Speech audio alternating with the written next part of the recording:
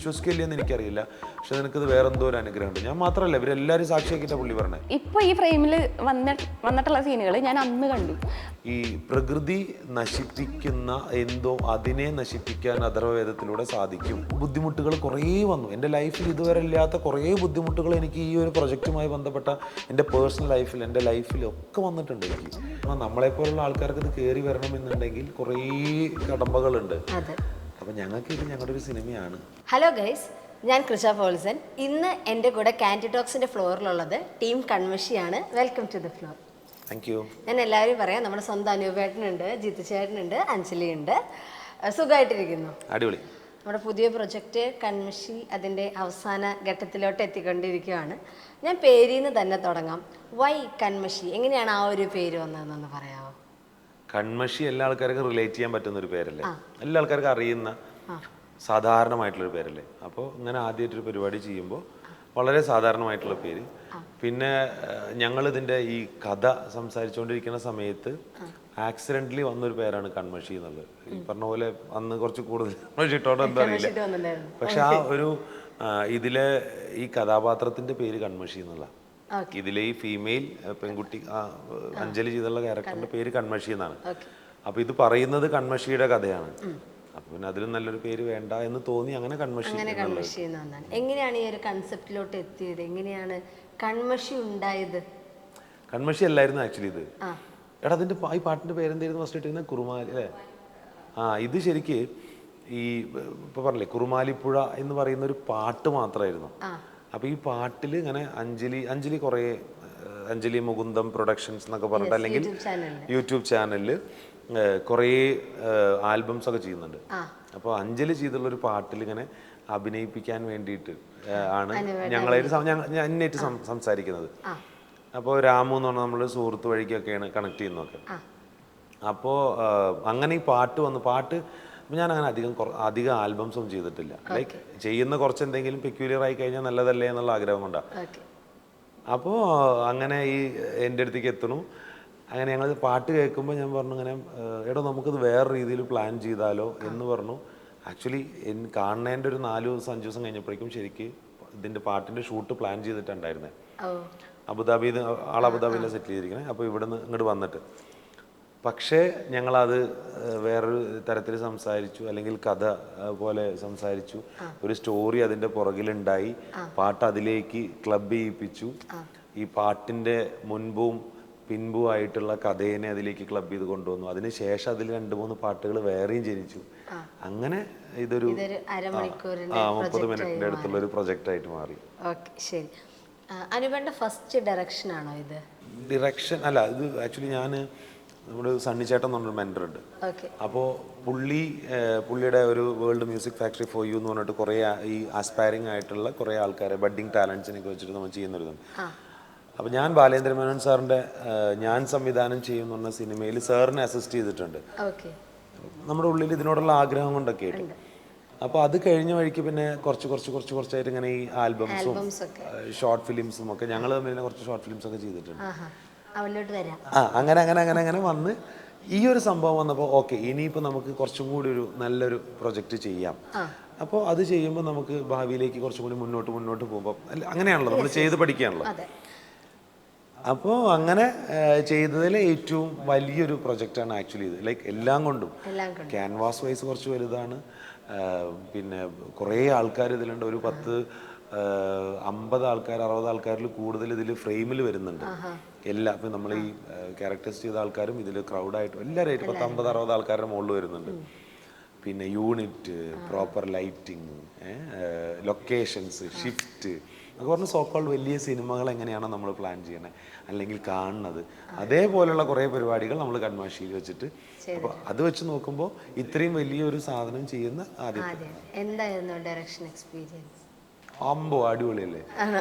എന്ന് സംഭവിച്ചാലേ ഇത് തുടങ്ങിയ സമയം മുതൽ എനിക്ക് ഭയങ്കര എന്താ പറയുക ഭയങ്കര ത്രില്ലാണ്. ഒന്ന് ഇങ്ങനെ ഒരു കൺസീവ് ചെയ്യാൻ ശ്രമിക്കുന്ന ഒരു കൺസെപ്റ്റ്, ഈ കൺസെപ്റ്റ് നമ്മളത് ഫ്രെയിമിലേക്ക് പകർത്താൻ വേണ്ടിയിട്ട് കുറേ ആൾക്കാർ കൂടി ക്ലബ് ചെയ്ത് നമ്മളെല്ലാവരും കൂടി ഒരേ എഫേർട്ടോട് കൂടിയിട്ട് ഒരു സാധനം ചെയ്യുകയാണ്. അപ്പോൾ ഇതിൽ ഞാൻ അഭിനയിച്ചിട്ടുണ്ട്. അപ്പോൾ ഈ രണ്ട് പരിപാടിയും ചെയ്യാനുള്ള ഒരു ഒരു ഒരു എക്സൈറ്റ്മെന്റ് എന്നൊക്കെ പറയില്ലേ. അപ്പം ഞാൻ ഭയങ്കര ത്രില്ലായിരുന്നു ഈ പരിപാടി ടോട്ടൽ ചെയ്യുന്ന സമയത്ത്. കാരണം എന്താ, ഇത് ആകെ ഒരു ദിവസം മാത്രമേ ഡേ ചെയ്തിട്ടുള്ളൂ, ബാക്കിയുള്ള 6 ദിവസം നൈറ്റാണ് ഞങ്ങൾ ചെയ്യുന്നത്. അപ്പോൾ നൈറ്റ് ഫുള്ള് ചെയ്യുമ്പോൾ ഞാൻ ഭയങ്കര ത്രില്ല. കാരണം ഒരു ഷോട്ട് കഴിഞ്ഞ് അടുത്തതിൻ്റെ എൻ്റെ ഉള്ളിൽ ഇത് ഭയങ്കര ബൈ ഹാർട്ടഡ് ആണ്. അടുത്ത് ഓരോ സമയം കഴിഞ്ഞാൽ അടുത്ത് എന്താണുള്ളത്. കാരണം അത്രത്തോളം ഞാൻ ആയിരുന്നു ഇതിൽ.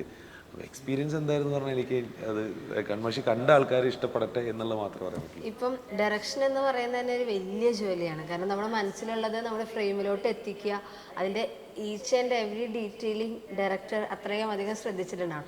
ഇതിൻ്റെ ഇടയിൽ കൂടെ ഇവിടുന്ന് പോയിട്ട് അഭിനയിക്കുകയും ചെയ്യുന്നു. അതെങ്ങനെയാണ് അത് ബാലൻസ് ചെയ്തത് ശരിക്കും? അതായത് ഈ എൻ്റെ ടീമാണല്ലോ. ഞാൻ ഈ സംഭവം ഉണ്ടായിട്ട് ഏറ്റവും ആദ്യം ഇതിൻ്റെ ക്യാമറമാൻ ഉണ്ട്, ഷിഹാബ് എന്ന് പറഞ്ഞു. ഷിഹാബ് കുറേ സിനിമകളൊക്കെ ചെയ്താൽ. ഇപ്പം ഷിഹാബ് ചെയ്തിട്ടുള്ള സിനിമയിൽ ഞാൻ അഭിനയിച്ചിട്ടുണ്ട്, ഭഗവാൻ ദാസിൻ്റെ രാമരാജ്യം. ഇപ്പോൾ കഴിഞ്ഞ ക്രിട്ടിക്സ് അവാർഡൊക്കെ പടത്തിന് വന്നിട്ടുണ്ട്. റഷീദ് പറമ്പിലാണ് ഡയറക്റ്റ് ചെയ്തത്. അപ്പോൾ ഷിഹാബിൻ്റെ അടുത്ത് ഇതിൻ്റെ കഥ പറയണം, അങ്ങനെ ഒരു പരിപാടി വരണം. അത് കഴിഞ്ഞിട്ട് അവരൊന്നും ഇത് ഇങ്ങനത്തെ ഒരു ക്യാൻവാസ് പരിപാടിയാണെന്ന് ആദ്യം മനസ്സിലാക്കിയിട്ടില്ല. പിന്നെ എല്ലാവരും കൂടി ഞങ്ങൾ ഷൊർണൂർ ഇരുന്നിട്ട്, അവിടെ ഗസ്റ്റ് ഹൗസിലല്ല നമ്മളിരുന്ന്, അവിടെ ഇരുന്നിട്ട് ഞങ്ങളിത് പറഞ്ഞപ്പോൾ ആണ് അവർ മനസ്സിലാക്കണം ഇത് ഇത്രയും വലിയൊരു ക്യാൻവാസിൽ ചെയ്യാൻ പോകുന്നൊരു ഷോർട്ട് ഫിലിമാണെന്നല്ലോ. ഓൾമോസ്റ്റ് 23 ലക്ഷം രൂപയോളം ഇൻവെസ്റ്റ് ചെയ്തിട്ടാണ് ഈ പരിപാടി ചെയ്തിരിക്കുന്നത്. ചെറിയൊരു സിനിമ അങ്ങനെ ചെയ്തിരിക്കുകയാണ്. പൈസയുടെ വലിപ്പം കൊണ്ട് പറയണതല്ല, അത്രയും എഫേർട്ട് എല്ലാവരും ചെയ്തു. അപ്പോൾ എന്നെ സംബന്ധിച്ചിടത്തോളം എനിക്കിപ്പോൾ ഇതിൽ അഭിനയിക്കുക എന്ന് പറഞ്ഞു കഴിഞ്ഞാൽ കുറച്ചുകൂടി ഈസിയാണ്. കാരണം എല്ലാ ആൾക്കാർക്കും എല്ലാതും അറിയാം. പറഞ്ഞ അത്രയും ഡീറ്റെയിൽ, എടാ ഇതാണ് അടുത്ത ഷോട്ട്, ഇതാണ് അല്ലെങ്കിൽ അടുത്ത സീൻ ഇതാണ്, ഈ സീനിൻ്റെ മൂഡ് ഇന്നതാണ്, എൻ്റെ മനസ്സിൽ ഇതാണ്, ഇതിങ്ങനെ വരണ്ട. അപ്പോൾ അവർക്ക് എന്താ പറഞ്ഞാൽ അവരൊക്കെ വെൽ എക്സ്പീരിയൻസ്ഡ് ആയിട്ടുള്ള ആൾക്കാരാണ്. അവരുടേതായിട്ടുള്ള കോൺട്രിബ്യൂഷൻസ് കൊടുക്കാൻ പറ്റും.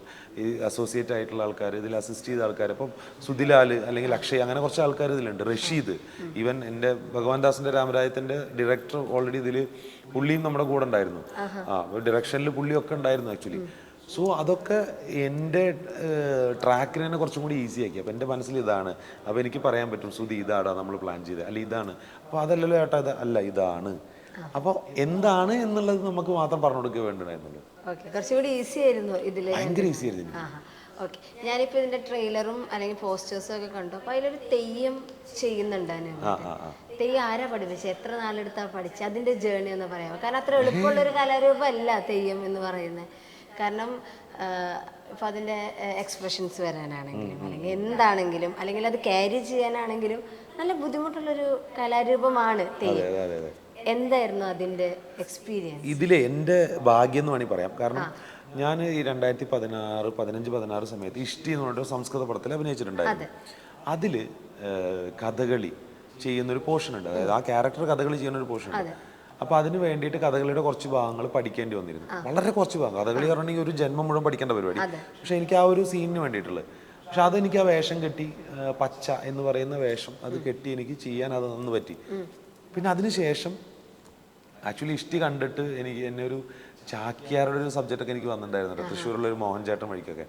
പക്ഷെ അത് കഴിഞ്ഞിട്ട് ഈ തെയ്യം എന്ന് പറയുന്ന ഒരു പരിപാടി ഇതിലേക്ക്, അല്ലെങ്കിൽ അത്രയും വലിയൊരു കലാരൂപം ഇതിലേക്ക് ക്ലബ് ചെയ്തു. അത് ചെയ്യാൻ ഈ പറഞ്ഞ പോലെ ശിവദാസ് ഏട്ടൻ അല്ലെങ്കിൽ ശിവദാസൻ മാഷ് ഞങ്ങൾ വിളിക്കണം, CK, അദ്ദേഹം കുറേ സിനിമകൾക്കും കുറേ പ്രോഗ്രാംസിനൊക്കെ തെയ്യം കൊണ്ടുവരുന്ന കണ്ണൂരുള്ള പറശ്ശിനിക്കടവുള്ള ഒരാളാണ്. അപ്പോൾ പുള്ളി വരുന്നു, പുള്ളി കലാമണ്ഡലത്തിൻ്റെ തൊട്ടടുത്ത് തന്നെ അവിടെ ഒരു സ്ഥലത്ത് നമ്മളത് ഒരു ട്രെയിനിങ് എടുക്കണു. ദെൻ അതിനുശേഷം 1-2 സ്ഥലങ്ങളിൽ നിന്ന് മാത്രമായിട്ടുള്ള ഒരു പഠനം പോലെ പിന്നെ നേരിട്ട് ലൊക്കേഷനിലാണ് വരണേ. പുള്ളി ഭയങ്കരമായിട്ട് പറഞ്ഞു തരും, ഇതിന്നത് ഇങ്ങനെ ചെയ്യണം നമ്മൾ. പിന്നെ എങ്ങനെയൊക്കെയോ അത് ആദ്യത്തെ ദിവസം തന്നെ എനിക്ക് തോന്നുന്നു അനൂപ് നന്നായിട്ട് പെർഫോം ചെയ്യുന്നുണ്ടായിരുന്നു. ആളും ഭയങ്കരമായിട്ട് ഹാപ്പി ആയിരുന്നു. ഫസ്റ്റ് ഡേ ട്രെയിനിങ് കൊടുക്കാൻ വന്നപ്പോൾ തന്നെ സർപ്രൈസ്ഡ് ആയിരുന്നു. യൂഷ്വലി ആൾക്കാർക്ക് അത് ഇത്ര പെട്ടെന്ന് ഗ്രാസ്പ് ചെയ്യാൻ പറ്റില്ലല്ലോ. അറിയില്ല, പക്ഷെ എന്തോ എനിക്ക് ചെയ്യാൻ പറ്റി. ഉള്ളിലുണ്ടായിരിക്കും ആ ഒരു കല. ഇപ്പം തെയ്യത്തിന് വേണ്ടിയിട്ട് എന്തെങ്കിലും ഫിസിക്കൽ പ്രിപ്പറേഷൻസ് എടുത്തായിരുന്നു, വെയിറ്റ് കുറയ്ക്കുക അങ്ങനെ എന്തെങ്കിലുമൊക്കെ ചെയ്തിട്ടില്ല? ഇല്ല, ഞാൻ ആക്ച്വലി ഈ ഷൂട്ടിന്റെ തലേ ദിവസം വരെ എറണാകുളത്ത് ഇവിടെ ഒരു കട്ടിലൊരു മുറി എന്ന് പറഞ്ഞൊരു പടത്തിലൊരു ക്യാരക്ടർ ചെയ്യുന്നുണ്ട്. അപ്പോൾ അതിൻ്റെ ഷൂട്ട് രാത്രി വരെ ഉണ്ടായിരുന്നു. അപ്പോൾ ആ ഷൂട്ട് കഴിഞ്ഞിട്ട് ഞാനും നൗഫലും കൂടി ഞങ്ങൾ ഇവിടെ നേരെ അങ്ങോട്ട് വിട്ടുപിടിക്കുക ചെയ്തേ. അപ്പോൾ അത് കഴിഞ്ഞിട്ട് നേരെ വെച്ചു. അപ്പോൾ അങ്ങനെ ഒരു പ്രിപ്പറേഷൻസും ചെയ്തില്ല. പക്ഷെ ഞാൻ ഇതിനു വേണ്ടി വ്രതം എടുത്തിട്ടുണ്ടായിരുന്നു. പിന്നെ അത്ര തന്നെ ചെയ്യാൻ പറ്റിയിട്ടുണ്ടായിരുന്നില്ല. ആ സമയത്ത് കുറച്ച് വേറെ വർക്കുകൾ ഉണ്ടായിരുന്നു. ഇല്ലല്ലോ, വേറെ വർക്കുകൾ ഉണ്ടായിരുന്നു. അപ്പോൾ ഈ സ്റ്റാർട്ട് മ്യൂസിക് ഉണ്ടായിരുന്നു എനിക്ക് പ്രോഗ്രാം. അപ്പോൾ അതിൻ്റെ ഒക്കെയും തിരക്കുണ്ടായിരുന്നു. സോ അതുകൊണ്ട് അങ്ങനെ കൂടുതൽ പ്രിപ്പറേഷൻസിന് പറ്റിയില്ല. പക്ഷെ വ്രതം പ്രോപ്പറായിട്ട് എടുത്തിട്ട് അത് പറഞ്ഞിട്ടുണ്ടായിരുന്നു എന്നോട് ആദ്യമായിട്ട് ചെയ്യാൻ പോവാണെന്നൊക്കെ. അതെ അത് ഞാൻ ചോദിച്ചു. പക്ഷെ കുറെ മാജിക്കൽ എക്സ്പീരിയൻസ് ആ സമയത്ത് ഉണ്ടായിരുന്നു. ഞാൻ പറയാം എക്സ്പീരിയൻസിലോട്ട് വരാം. ജിത്തു ചേട്ടാ, അനുവേട്ടനായിട്ട് ഒരുപാട് ഇപ്പോൾ പടങ്ങളിൽ അഭിനയിച്ചിട്ടുണ്ട്, അത് ഒരുമിച്ചുണ്ടായിരുന്നു. അത് കഴിഞ്ഞിട്ട് നിങ്ങളിപ്പോൾ അനുവേട്ടൻ പറഞ്ഞ പോലെ ഷോർട്ട് ഫിലിംസും അല്ലെങ്കിൽ ആൽബംസും നിങ്ങൾ ഒരുപാട് കുറേ നാളായിട്ട് വർക്ക് ചെയ്തിട്ടുണ്ട്. അനുവേട്ടൻ്റെ ഡയറക്ഷൻ്റെ എക്സ്പീരിയൻസ് എന്താ ശരിക്കും? ജിത്തു ചേട്ടൻ എങ്ങനെയത്, അനുവേട്ടൻ എന്ന ഡയറക്ടർ എങ്ങനെയാണ്? അനൂപ് എന്ന് പറയുമ്പോഴേ അല്ല, അത് അങ്ങനെ പറയുള്ളൂ. പക്ഷെ ഞാൻ ആക്ച്വലി അനൂപിനെ കാണുന്നത് അനൂപിൻ്റെ നടനേക്കാൾ കൂടുതൽ അനൂപിന് നല്ലൊരു ഡയറക്ടറായിരുന്നു. ഞാൻ നേരത്തെ എപ്പോഴും പറയാറുണ്ട് അത് നല്ലൊരു ഡയറക്ടറാണ്. അപ്പോൾ ഞങ്ങൾ ഒന്നിച്ചൊരു മഴവില്ലഴകി എന്ന് പറഞ്ഞ സംഭവം ചെയ്തിരുന്നു. അപ്പോൾ പുള്ളിക്ക് ഒരു കഥാപാത്രം ഭയങ്കര ഡീറ്റെയിലിംഗ് ആയിട്ട് പുള്ളിക്ക് അറിയാം എന്നതായിരിക്കും എന്നെ സംഭവം. അപ്പോൾ ആകെ മൈന്യൂട്ടായിട്ട് നമുക്ക് പറയാം. ഞാൻ ഒരിക്കലും ഒരു നല്ല നടനല്ല, എനിക്ക് ആവാനും കഴിയില്ല. പക്ഷെ ഇയാൾ എന്തൊക്കെയോ ആക്കി കൂട്ടുന്നുണ്ട്, അതെന്താണെന്ന് എനിക്ക് അറിയണമില്ല. അപ്പോൾ ഈ സ്ക്രീനിൽ നിന്ന് വരുമ്പോൾ ഈ കൺമഷി വരുമ്പോഴും പുള്ളി പറഞ്ഞ സംഭവങ്ങളൊക്കെ ഉണ്ടെന്ന് പുള്ളി പറയണു, എനിക്കറിയില്ല. പറഞ്ഞ പ്രകാരമൊക്കെയായിരിക്കും ചെയ്തിട്ടുണ്ടാവുമെന്ന് വിചാരിക്കണം. പക്ഷെ ഞാൻ വിചാരിക്കണം, നമുക്കറിയില്ല പുള്ളിക്ക് കിട്ടിയിട്ടുള്ളതാണല്ലോ പുള്ളി പറഞ്ഞിട്ടുണ്ടാവുക. പക്ഷെ പുള്ളിക്ക് ഒരു കഥാപാത്രത്തിനെ കുറിച്ച് ഫുള്ള് ഡീറ്റെയിലിംഗ് ആയിട്ട് അറിയാം, എന്ത് ചെയ്യണം എങ്ങനെയാണ്. അപ്പോൾ അതുകൊണ്ട് എൻ്റെ രൂപങ്ങളൊക്കെ മൊത്തം മാറ്റിയിരുന്നു പുള്ളി അതിലേക്ക് വേണ്ടിയിട്ട്. മീൻസ് നമ്മൾ കണ്ണ് വരെ ഒരു ലെൻസ് നമ്മൾ ഭയങ്കര സമ്മോളമായിട്ട് പുള്ളി ചെയ്യിച്ചത്. അപ്പോൾ അതൊക്കെ നമുക്കൊരു പെയിനൊക്കെ ഉണ്ടായിരുന്നു. പക്ഷേ പെയിനൊക്കെ സഹിക്കണം എന്നായിരുന്നു പറഞ്ഞിരുന്നത്, സഹിച്ചേ പറ്റൂ എന്നുള്ളതായിരുന്നു. അപ്പോൾ അവിടെ ഒരു കോംപ്രമൈസ് ഇല്ല പുള്ളിയുടെ അടുത്ത്. അപ്പോൾ പുള്ളി അങ്ങനെ ഒരു മൈൻഡാണ്. അപ്പോൾ ഈ കൺമഷിയിൽ വരുമ്പോൾ പുള്ളി 100% ഒരു നടനായിട്ടും ഒരു ഡയറക്ടറായിട്ടും നന്നായിട്ട് പെർഫോം ചെയ്തിരുന്നതാണ് ആസ് എ പേഴ്സൺ എൻ്റെ മാത്രം അഭിപ്രായം. ഞാനത് അങ്ങനെ തന്നെ പറയും. ബാക്കിയൊക്കെ പ്രേക്ഷകരാണ് തീരുമാനിക്കുന്നത്. അപ്പോൾ എനിക്ക് എൻ്റെ കാഴ്ചപ്പാടിൽ പുള്ളി എങ്ങനെയാണ്. നമുക്ക് നാളെ കാണാം അല്ലേ? Yes, okay. ഈ ഒരു കഥാപാത്രത്തിന് വേണ്ടിയിട്ട് എന്തെങ്കിലും പ്രിപ്പറേഷൻസ് എടുക്കുക, അല്ലെങ്കിൽ അനുപേട്ട മുമ്പ് എന്തെങ്കിലുമൊക്കെ പറഞ്ഞായിരുന്നു ഇന്നതാണ് ഇതിനു വേണ്ടി നിങ്ങൾ ഇങ്ങനെ ഹോംവർക്ക് ചെയ്ത് വരണം, അങ്ങനെ എന്തെങ്കിലുമൊക്കെ പറഞ്ഞു? എന്നുള്ളതല്ല, പുള്ളി എൻ്റെ അടുത്ത് പറഞ്ഞിരുന്നു നിങ്ങളിനി ഒരുപാട് മേക്കപ്പ് ഒന്നും ചെയ്യണ്ട, പിന്നെ എന്താ പറയാ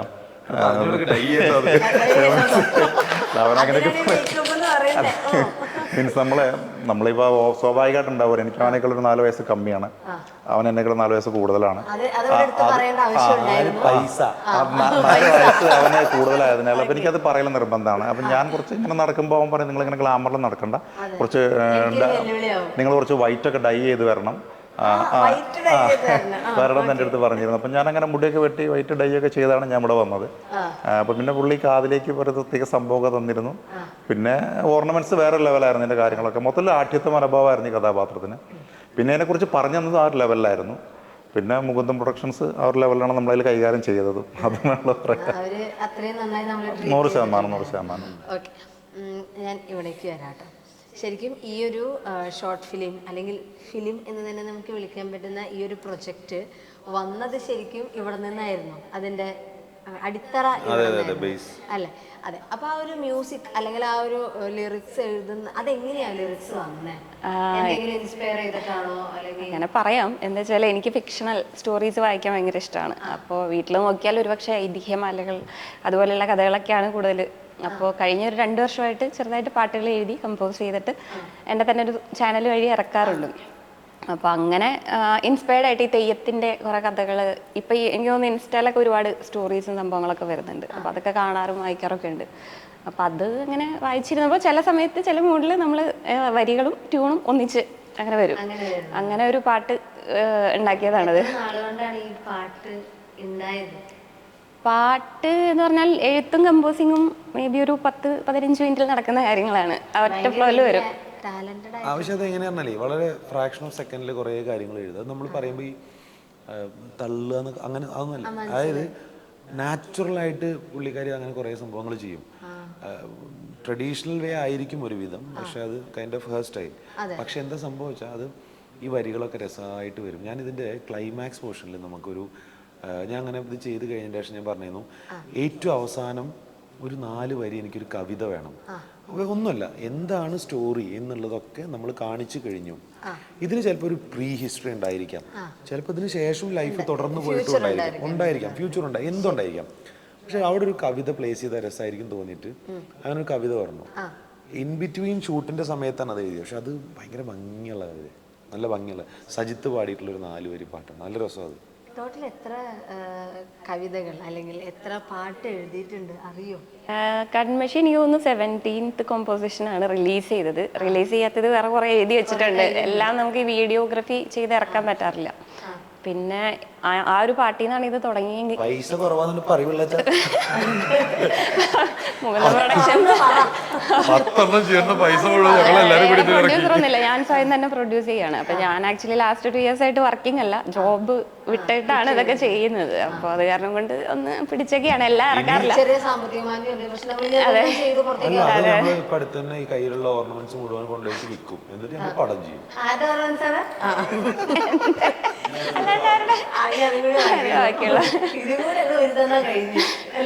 ഞാൻ പറഞ്ഞു കേട്ടോ, ഞാൻ ഇതേ സീരിയസ് ആയിട്ട് പറയണം. ഞാൻ പറഞ്ഞു അഞ്ജലിയോട് എത്രയും പെട്ടെന്ന് ജോലിക്ക് കയറി, എന്നാലേ പൈസ നമുക്ക് കിട്ടുള്ളൂ. പടം പിടിക്കാൻ വേണ്ടിട്ട്. അതെന്താന്ന് വെച്ചാല് എനിക്ക് ഇത് നമ്മൾ ചെറിയൊരു പ്ലോട്ടിൽ തുടങ്ങിയതാണ്. എന്നിട്ട് നമ്മൾ ഇത്രയില് ഡെവലപ്പ് ചെയ്തപ്പോൾ ഞങ്ങൾക്ക് എല്ലാവർക്കും എന്താ പറയാ, ആളും ബെസ്റ്റ് ആയിട്ട് തന്നെ എഫേർട്സ് ഇട്ടിട്ടുണ്ട്. അപ്പൊ നമ്മള് പൈസയുടെ കാര്യത്തിൽ കോംപ്രമൈസ് ചെയ്തിട്ട് ക്വാളിറ്റി കുറയരുത് എന്നുള്ള ഒരു നിർബന്ധം ഉണ്ടായിരുന്നു. അതെന്ന് വെച്ചാൽ ആർട്ടിനോടുള്ള ഒരു ഇഷ്ടത്തിന്റെ പുറത്താണ് ഞാൻ ഇതിലേക്ക് ഇറങ്ങിയിട്ടുള്ളത്. ആള് വേറൊരു പ്രൊഡ്യൂസർ അങ്ങനെ അല്ല അതിൽ ശരിക്കും. ലൈക്ക് നമ്മൾ ഈ സോക്കോളുടെ പൈസ ഇറക്കുന്നു, അങ്ങനെ ആ പുള്ളിക്കാരി ഇറക്കുന്നതിന്റെ ഒരു പരിധി എത്തണ വരെ നമ്മൾ എല്ലാവരും ഇതിൽ ഓരോ ഫിനാൻഷ്യൽ സപ്പോർട്ട് ചെയ്തിട്ടുണ്ട്. കാരണം ഇത്രയും നല്ലൊരു സാധനം വരട്ടെ എന്ന് വിചാരിച്ചിട്ട്. പിന്നെ ഞങ്ങളെ സംബന്ധിച്ചിടത്തോളം ഇങ്ങനൊരു സംഭവം ചെയ്യുമ്പോൾ അതിന് ഒരുപാട് മുമ്പിൽ കുറേ ലിമിറ്റേഷൻസ് ഉണ്ട്. ഒന്ന്, ഇപ്പോഴും ആക്ച്വലി സ്പീക്കിംഗ് ഇങ്ങനത്തെ കുറേ ആസ്പയറിംഗ് ആയിട്ടുള്ള ആൾക്കാർ ചെയ്യുന്ന വർക്കുകൾ പ്രൊജക്റ്റ് ചെയ്യാൻ യൂട്യൂബ് അല്ലാണ്ട് വേറൊരു പ്ലാറ്റ്ഫോം ഇല്ല. ഒരു പൈസ കൊടുത്ത് വാങ്ങാൻ, അല്ലെങ്കിൽ ഇത് കുറച്ച് ആൾക്കാർ, പുതിയ ആൾക്കാർ വരുമ്പോൾ അവർ ചെയ്തോട്ടെ, ഒരു എൻകറേജ്മെൻറ്റ്, ഒരു മോട്ടിവേഷൻ. അപ്പോൾ ഇതിനൊരു പ്രദർശിപ്പിക്കാനുള്ള ഒരു പ്ലാറ്റ്ഫോം എവിടെയില്ല. നമ്മൾ ഇങ്ങനെ ഒരു സാധനം ചെയ്തു, അത് കുറേ OTTക്ക് സമീപിക്കുമ്പോൾ അവരൊക്കെ പറയുന്നത് ഇത്രയേ ഉള്ളൂ സമയം, നമ്മൾ കുറച്ചുകൂടി വലുതാണെങ്കിൽ നമുക്ക് നോക്കാമായിരുന്നു. അങ്ങനെ വലുത് നമ്മൾ കൊണ്ടുപോയി കഴിഞ്ഞാൽ ഇതിന് ആർട്ടിസ്റ്റ് വാല്യൂ ഇല്ലാന്ന് അവർ വേറെ പറയും. അത് പോട്ടെ, വേറെ ചോദ്യങ്ങളുണ്ടാവും. പക്ഷെ അതല്ല പറഞ്ഞത്. പക്ഷെ ഇത് പലപ്പോഴും ഇങ്ങനൊരു ഗ്രൂപ്പ് ഓഫ് ടാലൻസ് ചെയ്യുന്ന പ്രൊജക്റ്റുകൾ, വർക്കുകൾ, ഇതൊക്കെ നമുക്ക് ആൾക്കാരിലേക്ക് എത്തിക്കാനുള്ളൊരു പ്ലാറ്റ്ഫോം ഉണ്ടെങ്കിൽ കുറച്ചും കൂടി ഈസി ആയിരിക്കും കാര്യങ്ങൾ. അപ്പോൾ നമുക്ക് ഈ പറഞ്ഞ പോലെ ആയിരിക്കും ഫണ്ട് ഇൻവെസ്റ്റ് ചെയ്യാൻ കുറേ ആൾക്കാർ സപ്പോർട്ടീവായിട്ട് വരും. അതൊക്കെ വലിയ വലിയ ഹെൽപ്പായിരിക്കും പല ആൾക്കാർക്കും. മറ്റത് ഇങ്ങനത്തെ ആൾക്കാർ എന്ത് ചെയ്യും കൺജസ്റ്റഡ് ആവുന്നത് ഈ കോസ്റ്റ് ഓഫ് പ്രൊഡക്ഷൻ കൊണ്ടാണ്. ഈ പ്രൊഡക്ഷൻ അത് കുറച്ച് കഴിഞ്ഞിട്ടുണ്ടെങ്കിൽ അത് ഇതിന്റെ വിഷ്വലിനെ ബാധിക്കും. കോംപ്രമൈസ് അല്ല, ഇതിൽ കോംപ്രമൈസ് വന്നിട്ടില്ല എന്നുള്ളതാണ്. പുള്ളി ഏത് വിധേനയും ഇതിനെ പുള്ളി ഉദ്ദേശിക്കുന്ന രീതിയിലേക്ക് തന്നെ ഇതിനെ എത്തിക്കണം എന്നതിനാണ് മാക്സിമം എന്തുമാത്രം എഫർട്ട് ഇടുന്നു പുള്ളിക്ക് പറയാൻ ചിലപ്പോൾ പറ്റും. നമുക്ക് അനുഭവിച്ചറിയാൻ കൂടെ ഒരുപാട് കണ്ടിട്ടുണ്ട്. പുള്ളി എടുത്ത എഫേർട്ടുകൾ നമ്മൾ എക്സ്പെഷ്യലി പറയേണ്ടതാണ് അത്. ഞാൻ ജിത്തുചേട്ടൻ്റെ ക്യാരക്ടറിലോട്ട് വരാം. സാധാരണ നമ്മളിപ്പോൾ ഈ പൂണൂല് ഇടുന്ന സൈഡിലല്ല ഇതിലിട്ടിരിക്കുന്നത്. എന്തായിരുന്നു ശരിക്കും ക്യാരക്ടറിനെ പറ്റി പറയാമോ? ക്യാരക്ടറിനെ പറ്റി പറയാൻ പുള്ളി അനുവാദം തരുമെന്നറിയില്ല. എന്നാലും പറയേണ്ടത് വെച്ചാൽ ഇത് 100% ഇതിപ്പോൾ ഇങ്ങനെ പറയും, പിന്നെ കഴിയുമ്പോഴായിരിക്കും പിന്നെ പുള്ളി വേറെ അല്ല. ഇതിലേ ഈ ക്യാരക്ടർ എന്ന് പറയുമ്പോഴേ 100% ഇത് ഒരു അനാവശ്യമുള്ള ആഠ്യത്വം കീപ്പ് ചെയ്യുന്ന ഒരാളാണ് ഇയാൾ. അനാവശ്യമുള്ള ആഠ്യത്വം കീപ്പ് ചെയ്യുന്ന ഒരു മേൽക്കോയ്മ മനോഭാവം നിലനിർത്തിക്കൊണ്ടിരിക്കുന്ന, എന്തിനേയും ഏതിനേയും ഒരു കൂസലില്ലാത്തൊരു മനുഷ്യനാണ്. അതുകൊണ്ട് തന്നെ ഇയാൾ പറയാന്ന് വെച്ചാൽ നമ്മൾ ഇപ്പോൾ ഈ ചെയ്യുന്ന പ്രവൃത്തികളിലൊക്കെ എല്ലാം വിപരീതമാണ്. ഒരു നന്മ ഇയാൾ ചെയ്യണില്ല. അതുകൊണ്ട് തന്നെ തനി ക്രൂരനായിട്ടൊരു മനുഷ്യനാണ്. അപ്പോൾ അതുകൊണ്ട് തന്നെ ഇയാളെ വേഷവിധാനങ്ങളിലും ചെയ്യേണ്ടതായ രീതികളില്ലാത്ത രീതികളൊക്കെയാണ് പൂണൂലും കാര്യങ്ങളൊക്കെ ധരിക്കുന്നുള്ളത്. മനസ്സിലായി. നമ്മുടെ മെയിൻ ആ പേരിലോട്ട് വരാം. എന്താണ് കൺമഷി എന്ന് പറയുന്ന ക്യാരക്ടർ? കൺമഷി എന്ന് പറഞ്ഞു കഴിഞ്ഞാൽ ഒരു നാട്ടുമ്പുറത്തുകാരി, വളരെ സാധാരണക്കാരിയായിട്ടുള്ള ഒരു സ്ത്രീയാണ്. ഇതിലൊരു പുള്ളുവ സ്ത്രീയാണ്, കളം തുള്ളലൊക്കെ ചെയ്യുന്ന ഒരു സ്ത്രീ ആയിട്ടാണ് നമ്മൾ പോർട്രേ ചെയ്തിരിക്കുന്നത്. അപ്പം ഞാൻ ഈ കളം തുള്ളൽ എന്ന് പറഞ്ഞതുകൊണ്ട് ഞാൻ ചോദിക്കുകയാണ്, അതെങ്ങനെയാണ് എങ്ങനെയാണ് അത് പെർഫോം ചെയ്ത്? ആരാണ് അതിന് പ്രോപ്പർ ഗൈഡൻസ് ഒക്കെ തന്നെ? എങ്ങനെയാണ് അതിനു വേണ്ടി പ്രിപ്പയർ ചെയ്ത്? നാഗക്കളം നമ്മൾ പ്രിപ്പയർ ചെയ്തിട്ടല്ല, പക്ഷെ അവിടെ വന്ന് ആൾക്കാരുടെ അടുത്ത് നമ്മൾ ഇൻസ്ട്രക്ഷൻസ് എടുത്തിട്ടാണ് ചെയ്തത്. പക്ഷെ അതെ, പക്ഷെ അത് വളരെ ഒരു സ്പെഷ്യൽ മൊമെന്റ് ആയിരുന്നു എന്നെ സംബന്ധിച്ചിടത്തോളം. കാരണം ഞാൻ ഈ പറഞ്ഞ പോലെ മുന്നേ ഒരുപാട് മ്യൂസിക് വീഡിയോസ് ചെയ്തതിൽ ഈ ഒരു മനയിൽ, പട്ടാമ്പി കക്കാട് മനയിൽ വെച്ചിട്ട് 6 മാസം മുന്നേ ഒരു നാഗത്താങ്കാവ് ഒരു ആൽബം ചെയ്തിട്ടുണ്ടായിരുന്നു. അപ്പോൾ അവിടുത്തെ പാമ്പങ്കാവിൽ വെച്ചിട്ട് ഒരു സംഭവം ചെയ്തിട്ടുണ്ടായിരുന്നു. കാവ് കളം ഇതിനൊക്കെ പറ്റിയിട്ട് ഒരു സ്റ്റോറിയൊക്കെ വെച്ചിട്ട്. അപ്പോൾ അത് കഴിഞ്ഞ് കറക്റ്റ് 6 മാസം കഴിയുമ്പോഴാണ് നമ്മൾ ഈ പ്രോജക്റ്റ് ചെയ്യുന്നത്. അപ്പോൾ അവിടെ തന്നെ ഒരു കളം വരച്ച് നമ്മളുടെ രീതിയിലുള്ള ഒരു കളമൊക്കെ വരച്ച് അതിലിരുന്ന് പെർഫോം ചെയ്യാനുള്ള ഒരു ഭാഗ്യം കൂടി ഉണ്ടായി. സത്യം ഈ പറഞ്ഞു നമ്മുടെ രീതിയിലുള്ള കളം എന്ന് പറഞ്ഞാൽ എന്താ വെച്ചാൽ ആക്ച്വൽ നാഗക്കളത്തിനെ അതില് വരച്ചിട്ടില്ല. പരമുവിലോട്ട് വരാം. പരമു എന്നാണ് ക്യാരക്ടറിന്റെ പേര്. ഇപ്പം എനിക്ക് തോന്നുന്നു ഇപ്പം കൺവശി ഇമ്പോർട്ടൻ്റ് ആണെങ്കിൽ അതേപോലെ തന്നെ പരമുവും ഇമ്പോർട്ടൻ്റ് ആയിരിക്കും.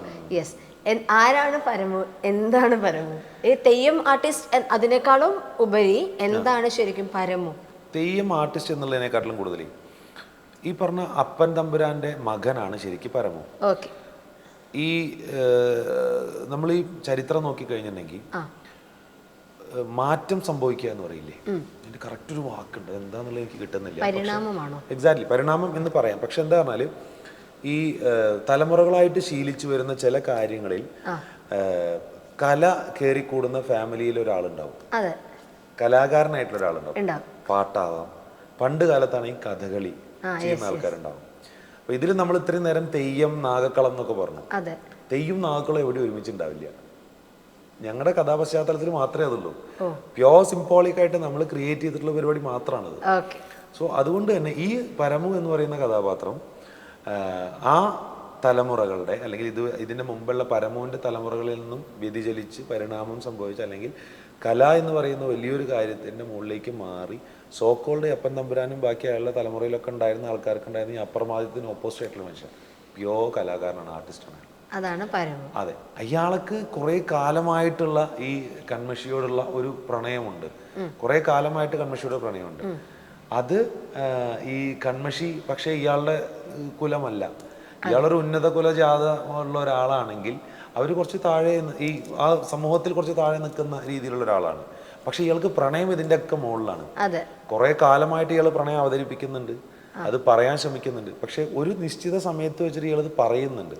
അതിനുശേഷം നടക്കുന്ന കാര്യങ്ങളാണ് കൺമഷിയിലുള്ളത്. അതാണ് കൺമഷിയുടെ കഥ. അവിടെ നിന്നാണ് കൺമഷി പറയുന്നത്. കാരണം ഇതിനൊരു പ്രീ ഹിസ്റ്ററി ഉണ്ട്. ഞാൻ നേരത്തെ പറഞ്ഞ പോലെ അപ്പൻ തമ്പുരാനും കൺമഷിക്കും പരമോനും വേലു, ഇതില് വേലു എന്ന് പറഞ്ഞ ക്യാരക്ടർ ചെയ്ത ഒരാളുണ്ട്. വളരെ ജിനു ആണ് ചെയ്തിരിക്കുന്നത്, ജിനോ ജോൺ. അപ്പൊ വേലുവിനൊക്കെ ഒരു പ്രീ ഹിസ്റ്ററി ഉണ്ട് ശരിക്കും ഇതിൽ. അതെല്ലാം നമ്മൾ ഇതിൽ നിന്ന് കണക്ട് ചെയ്തിട്ട് പറയുന്നുണ്ട് ശരിക്കും. അതൊക്കെ ഞാൻ എൻ്റെ ക്യൂരിയോസിറ്റിയിൽ ഒരു കാര്യം ചോദിക്കാം. ഇപ്പോൾ ഇതിലുള്ള ഓരോ കഥാപാത്രങ്ങളും പണ്ട് കാലത്ത് ഉണ്ടായിട്ടുള്ള കഥാപാത്രങ്ങളാണ്, പണ്ട് കാലത്ത് നടന്നിരുന്ന കഥാപാത്രങ്ങളാണ്. ചിലപ്പോൾ ഇന്നത്തെ കാലത്തുള്ള ആൾക്കാർക്ക് അതിനെ വേറെ ഏതെങ്കിലും രീതിയിൽ കണക്ട് ചെയ്യാൻ പറ്റുന്ന അങ്ങനെ ഒരു മെസ്സേജ് നമ്മുടെ ഇതിൻ്റെ അകത്തുണ്ടോ? ഈ മെസ്സേജിനെക്കാട്ടിലും കൂടുതൽ ഇപ്പം ഈ പറഞ്ഞ ഇതിൽ എനിക്ക് എൻ്റെ ചെറിയ ലിമിറ്റഡ് ആയിട്ടുള്ള അറിവ് വെച്ചിട്ട് ഞാൻ പറയാം. നമ്മൾ ഈ കാലഘട്ടങ്ങൾക്ക് മുമ്പേ എന്ന് പറഞ്ഞിട്ട് പറയില്ലേ, പണ്ട് കാലത്തുണ്ടായി ഇല്ലേ, ഇതൊക്കെ ഇന്നും ഇവിടെ നിലനിൽക്കുന്നുണ്ട്. വേറൊരു രീതിയിൽ രൂപം മാത്രമേ മാറിയിട്ടുള്ളൂ, അല്ലെങ്കിൽ ഇവർ അവതരിപ്പിക്കുന്ന രീതി മാത്രമേ മാറിയിട്ടുള്ളൂ. ഇപ്പോൾ ഈ കളർ ഡിസ്ക്രിമിനേഷൻ ഇപ്പോഴും ഇവിടെ അല്ലേ. റീസെന്റ് ആയിട്ടുള്ള ഇഷ്യൂസ് ഉണ്ടായിട്ടുണ്ട്. തട്ട്, തലം, ഈക്വാലിറ്റി ഇല്ല, അത് നിലനിൽക്കില്ല. എവിടെ ഈക്വാലിറ്റി വരില്ല. നമ്മൾ പറച്ചിലിൽ മാത്രമേ ഈക്വാലിറ്റി ഉണ്ടാവുള്ളൂ. തൊട്ടടുത്ത് നിൽക്കുന്ന ഒരാൾ ചിലപ്പോൾ അയാളുടെ അച്ചീവ്മെന്റ്സ് കൊണ്ട് കുറച്ച് മുകളിൽ നിൽക്കുന്ന ഒരാളായിരിക്കാം. ഇതേ പരിപാടി ചെയ്യുന്ന വേറൊരാൾ ചിലപ്പോൾ അച്ചീവ്മെന്റ്സ് കൊണ്ട് കുറച്ച് ഇയാളെക്കാളും താഴെ നിൽക്കുന്നുണ്ടാവുക. ആ ഒരു ഈ തലം അവിടെ അവരെന്തായാലും കാണിച്ചിരിക്കുന്നത്. സോ കാലഘട്ടങ്ങൾ മാറിയാലും ഇതിന്റെ രൂപം നമ്മൾ ബോട്ടിലേക്ക് ഒഴിക്കുന്ന പോലെ ആയിരിക്കും. ഈ ബോട്ടിലിന് രൂപം ഏതാണോ ആ രൂപത്തിലേക്ക് ഇത് മാറി മാറി മാറി വന്നുകൊണ്ടിരിക്കും. അതൊരിക്കലും പോവില്ല. അത് എല്ലാ നാട്ടിലും ഉണ്ട്, അത് ഇവിടെ മാത്രമല്ല, എല്ലാ സ്ഥലത്തും ഉണ്ട്. അത് കാലഘട്ടങ്ങളോളം അത് കണ്ടിന്യൂ ചെയ്തൊരു പോവുകയും ചെയ്യും. അപ്പൊ നമുക്ക് എപ്പോഴും നമ്മുടെ ഇപ്പോഴത്തായിട്ടും വേണമെങ്കിൽ റിലേറ്റ് ചെയ്യാം. ഇപ്പോഴും റിലേറ്റഡ് ആണ്. പറഞ്ഞു നിർത്തുന്ന അങ്ങനെയാണ് ആക്ച്വലി. ഈ പറഞ്ഞ പോലെ തന്നെ മാറ്റങ്ങളൊന്നുമില്ല. കുറച്ച് അങ്ങോട്ടും ഇങ്ങോട്ടും വേഷവിധാനങ്ങളൊക്കെ മാറി, ആചാരാനുഷ്ഠാനങ്ങൾ മാറി എന്ന് പറഞ്ഞ പോലെ വേഷവിധാനങ്ങൾ മാറി. ഞാൻ ഈ വേഷവിധാനങ്ങൾ എന്ന് പറഞ്ഞുകൊണ്ട് ചോദിച്ചതാ. ഇതിപ്പം പണ്ടത്തെ കാലത്ത് നടന്നൊരു കഥയാണ്. അപ്പൊ അതിന്റെ വേഷമാണെങ്കിലും എല്ലാം പണ്ടത്തെയാണ്. ഒരുപാട് ഡീറ്റെയിലിംഗ് വേണ്ടി വരും. ആരാണ് കോസ്റ്റ്യൂം ചെയ്തത്? ആരാണ്? ഫെമിന ചേച്ചി, ആഗ്നേയ ഫെമിന എന്നാണ് പേര്. ഫെമിന ചേച്ചിയാണ് അത് ചെയ്യണത്. ഈ പ്ലോട്ട് വരുമ്പോൾ തന്നെ ഫെമിന ചേച്ചി ഭഗവാൻ ദാസിന്റെ രാമരാജ്യത്തിൽ ചെയ്തിട്ടുള്ളതാണ്, കോസ്റ്റ്യൂം ചെയ്തിട്ടുള്ളത്. അപ്പൊ അങ്ങനെ എനിക്ക് പരിചയമുള്ള റഷ്യയൊക്കെ പറഞ്ഞിട്ടാ പരിചയം. ഫെമിന ചേച്ചിനെ വിളിച്ചിട്ട് ചേച്ചി ഇങ്ങനെ ഒരു നമ്മളിതിനൊരു പഴയ കാലഘട്ടമായിട്ടാണ് കാണിക്കാൻ ഉദ്ദേശിക്കുന്നത്. പക്ഷെ നിശ്ചിത കാലഘട്ടം എന്നോ നമ്മൾ എവിടെ എഴുതി കാണിക്കുന്നില്ല. അത് മനസ്സിലായി. കാരണം ഇത് ഇന്നും നിലനിൽക്കുന്നതാണ് എന്നുള്ള എന്റെ മനസ്സിലുള്ളതുകൊണ്ട് തന്നെ ഇത് നമ്മൾ കാണിക്കാൻ നമ്മുടെ സൗകര്യാർത്ഥം ഈ കഥ എങ്ങനെ ഞങ്ങൾ കാണിക്കാൻ ഉദ്ദേശിക്കുന്നത്, നിങ്ങൾ ദയവ് ചെയ്തിട്ട് ഇങ്ങനെ കാണൂ എന്നുള്ള ഒരു കൺസെപ്റ്റിൽ നമ്മൾ കാണിച്ചിരിക്കുന്നത് ആ ഒരു കാലഘട്ടത്തിന്റെ തോന്നിപ്പിക്കുന്ന വസ്ത്രവിധാനങ്ങളിലൂടെയാണ്. അത് വളരെ ഭംഗിയിൽ ചെയ്തിരിക്കുന്നത് ഫെമിനി ചേച്ചിയാണ്. ആ കാലഘട്ടത്തിൽ ഉപയോഗിക്കുന്ന ആൾക്കാരുടെ മാല അത് തെരഞ്ഞു പിടിച്ചിട്ട് അവർ പോയി എടുത്തു കൊണ്ടിട്ടുണ്ട്. ഡ്രസ്സും ബ്ലൗസിനുണ്ടാവുന്ന ഞെറി എന്ന് പറയും, ആ ഞെറി പോലെ അവര് കറക്റ്റായിട്ട് നോക്കിയെടുത്തിട്ടുണ്ട്. അത് ആക്ച്വലി ഇവർ രണ്ടുപേരും അതിൽ ക്ലബ് ചെയ്തിട്ട് പാവം അത് അന്ന് ഷൂട്ടിന്റെ സമയത്ത് എവിടെയോ പോയിട്ട് കൺമഷിക്ക് അരഞ്ഞാണം വേണം എന്ന് പറഞ്ഞിട്ട് എവിടുന്ന് ഒരു അരഞ്ഞാണം വരെ ഇത് ഇങ്ങേർക്ക് അറിയില്ല. ഈ ഷൂട്ടിന് വേണ്ടി അബുദാബിയിൽ നിന്ന് വന്നതിന് ശേഷം എൻ്റെ അടുത്ത് വിളിച്ചിട്ട് ഭയങ്കര ദേഷ്യപ്പെട്ടു ഒരു ദിവസം. ഞാനിതിൽ അരഞ്ഞാണം കെട്ടി നിൽക്കണ്ടോന്ന്. ഞാൻ ഈ അരഞ്ഞാണം കെട്ടി ആ പാവ അത്രത്തോളം ഇൻറ്റു ആയിട്ട് അരഞ്ഞാണം വരെ എടുത്തോണ്ടിരിക്കുന്നത്. മേക്കപ്പ് ആരായിരുന്നു? മഹേഷ് ആയിരുന്നു, മഹേഷ് ബാലാജി. മഹേഷാണ് മേക്കപ്പ് ചെയ്തത്. ചേട്ടന്റെ തെയ്യൊക്കെ ചെയ്തത് പുള്ളിക്കാരൻ? അല്ലല്ല, അത് ചെയ്തത് ആക്ച്വലി ഈ ശിവദാസൻ മാഷയുടെ കൂടെ തന്നെയുള്ള അവരുടെ തെയ്യം ടീമാണ്. റിയൽ തെയ്യത്തിന്റെ ആൾക്കാരാ വന്നേ. അവര് വന്നിട്ട് തന്നെ ചെയ്തതൊക്കെ. അത് കുറച്ച് സമയം നമ്മൾ ഈ പറഞ്ഞ പോലെ കഥകളിക്കൊക്കെ കിടക്കണ പോലെ തന്നെ നിലത്ത് കിടന്ന് മുഖത്തെഴുത്ത് ചെയ്ത്. ഇത് സിനിമയ്ക്ക് വേണ്ടി എടുക്കുന്ന എഫേർട്ടുകൾ എന്തൊക്കെയാണോ അതൊക്കെ ഇതിന് വേണ്ടിയിട്ട് എടുത്തിട്ടുണ്ട്. മീൻസ് അതിന് വേണ്ട എല്ലാ കളക്ഷനിലേക്ക് എത്തിച്ചിട്ടുണ്ട്. അപ്പൊ ഒരു സിനിമ പോലെ തന്നെയാണ് എല്ലാ നിലയ്ക്കും ചെയ്തു വെച്ചിട്ടുള്ളത്. ഞങ്ങളുടെ ആഗ്രഹം സിനിമയാണ് ആക്ച്വലി. ഈ പറഞ്ഞ നമ്മളെ പോലുള്ള ആൾക്കാർക്ക് ഇത് കയറി വരണം എന്നുണ്ടെങ്കിൽ കുറേ കടമ്പകളുണ്ട്. അപ്പൊ ഞങ്ങൾക്ക് ഇത് ഞങ്ങളുടെ ഒരു സിനിമയാണ്. അതിനുവേണ്ടി ഇതിപ്പോ പറയുമ്പോ എനിക്കും ഇതൊരു സിനിമയായിട്ട് തന്നെ ട്രീറ്റ് ചെയ്യുന്നു. ഞാൻ കണ്ടിട്ട് പറയും. അതെ, കണ്ടിട്ട് പറയണം. ലൊക്കേഷൻ എവിടെയായിരുന്നു ഇതിന്റെ? പാലക്കാട് കവ, പട്ടാമ്പി, പാലക്കാട് ഏരിയയിൽ തന്നെയായിരുന്നു എല്ലാം. കവ നമ്മുടെ പാലക്കാട് മലമ്പുഴ ഡാമിന്റെ അപ്പുറത്തെ സൈഡിലാണ് കവ എന്ന് പറയുന്നത്. കവ ഏരിയ ഉണ്ട്. പിന്നെ ഞങ്ങളുടെ അവിടെ പട്ടാമ്പി തന്നെ കക്കാട്ടുമന, പിന്നെ ആറങ്ങോട്ടുകര എന്ന് പറയുന്ന ഒരു സ്ഥലത്തുള്ള ഒരു ഭാരതപ്പുഴയുടെ നല്ലൊരു ഭംഗിയുള്ള കുറേ ഫ്രെയിംസ് ഇതിലുണ്ട്. രാത്രിയാണ് കാണിക്കുന്നത് ഭാരതപ്പുഴ. ആ ഭാരതപ്പുഴ പിന്നെ ആ ഒരു ഏരിയാസൊക്കെ തന്നെ കൂടുതലായിട്ട് അവിടെയൊക്കെ തന്നെ. ശരി, നമുക്കിപ്പം മ്യൂസിക്കിന് അത്രയും ഇമ്പോർട്ടൻസ് കൊടുക്കുന്ന ഒരു പ്രൊജക്റ്റ് ആയതുകൊണ്ട് തന്നെ ഞാൻ മ്യൂസിക്കിലോട്ട് വരാം. ആരൊക്കെയാണ് പാടിയിട്ടുള്ളത് നമ്മുടെ ഈ ഒരു പ്രൊജക്റ്റിൽ? ഇതിന്റെ മെയിൻ സോങ് വൈക്കം വിജയലക്ഷ്മി മാം പാടിയിട്ടുണ്ട്, ഞാനും പാടിയിട്ടുണ്ട്. പിന്നെ ഇതിലൊരു മെയിൽ കോറസ് ഉണ്ട്. പിന്നെ അത് കൂടാതെ നമ്മളിതിലേക്ക് തെയ്യത്തിന്റെ പോർഷനും അത് കഴിഞ്ഞിട്ടുള്ള ക്ലൈമാക്സിലേക്ക് വേറെ 2 സോങ് സെറ്റ് ചെയ്തിട്ടുണ്ടായിരുന്നു. അപ്പൊ അത് ഇതിലെ BGM ചെയ്ത വിഷ്ണുവും ഞാനും കൂടെ തന്നെ പാടിയിട്ടുണ്ട്. എത്ര സോങ് ഉണ്ട് ശരിക്കും? പിന്നെ ലാസ്റ്റിലൊരു കവിതയും കൂടി ഉണ്ട്. അത് സജിത്ത്.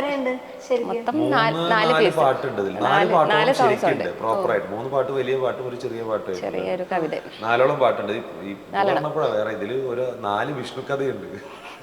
4 വിഷ്ണുണ്ട്. അതെ, എവിടെ പോയി കഴിഞ്ഞാൽ എവിടെ പോയാലും വിഷ്ണുവാണ് ഇതില്. വിഷ്ണു എന്ന് കഴിയുമ്പോഴേക്കും എല്ലാരും വന്ന് നിൽക്കും.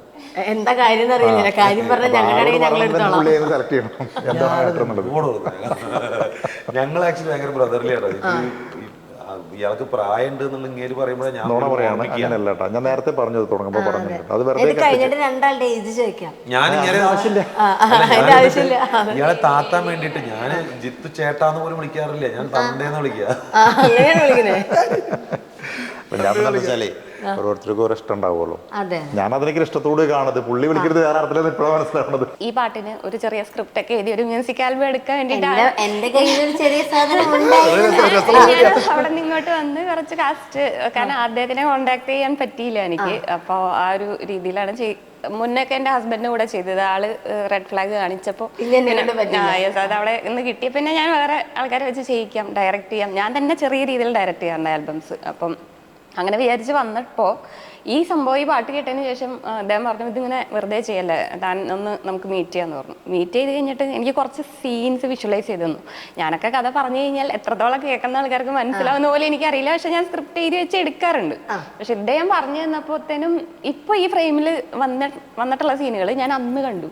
അന്ന് കൊച്ചിയിലിരുന്നിട്ട് അതിലുള്ള ചില പറയാമോ എന്ന് എനിക്കറിയില്ല, പക്ഷെ വഞ്ചിയിലുള്ള ഒരു ഷോട്ട്, അതുപോലെ ജനലേക്കൂടെ മൂൺലൈറ്റിലുള്ള ഒരു ഷോട്ട്, ആ സെയിം സാധനം ഞാൻ ഇതുവരെ ഡയറക്റ്റ് ചെയ്തിട്ട് മനസ്സിൽ വിചാരിച്ച ആ സാധനം എനിക്ക് ഫ്രെയിമിൽ കൊണ്ടുവരാൻ പറ്റിയെന്ന് ഞാൻ വിശ്വസിക്കുന്നില്ല.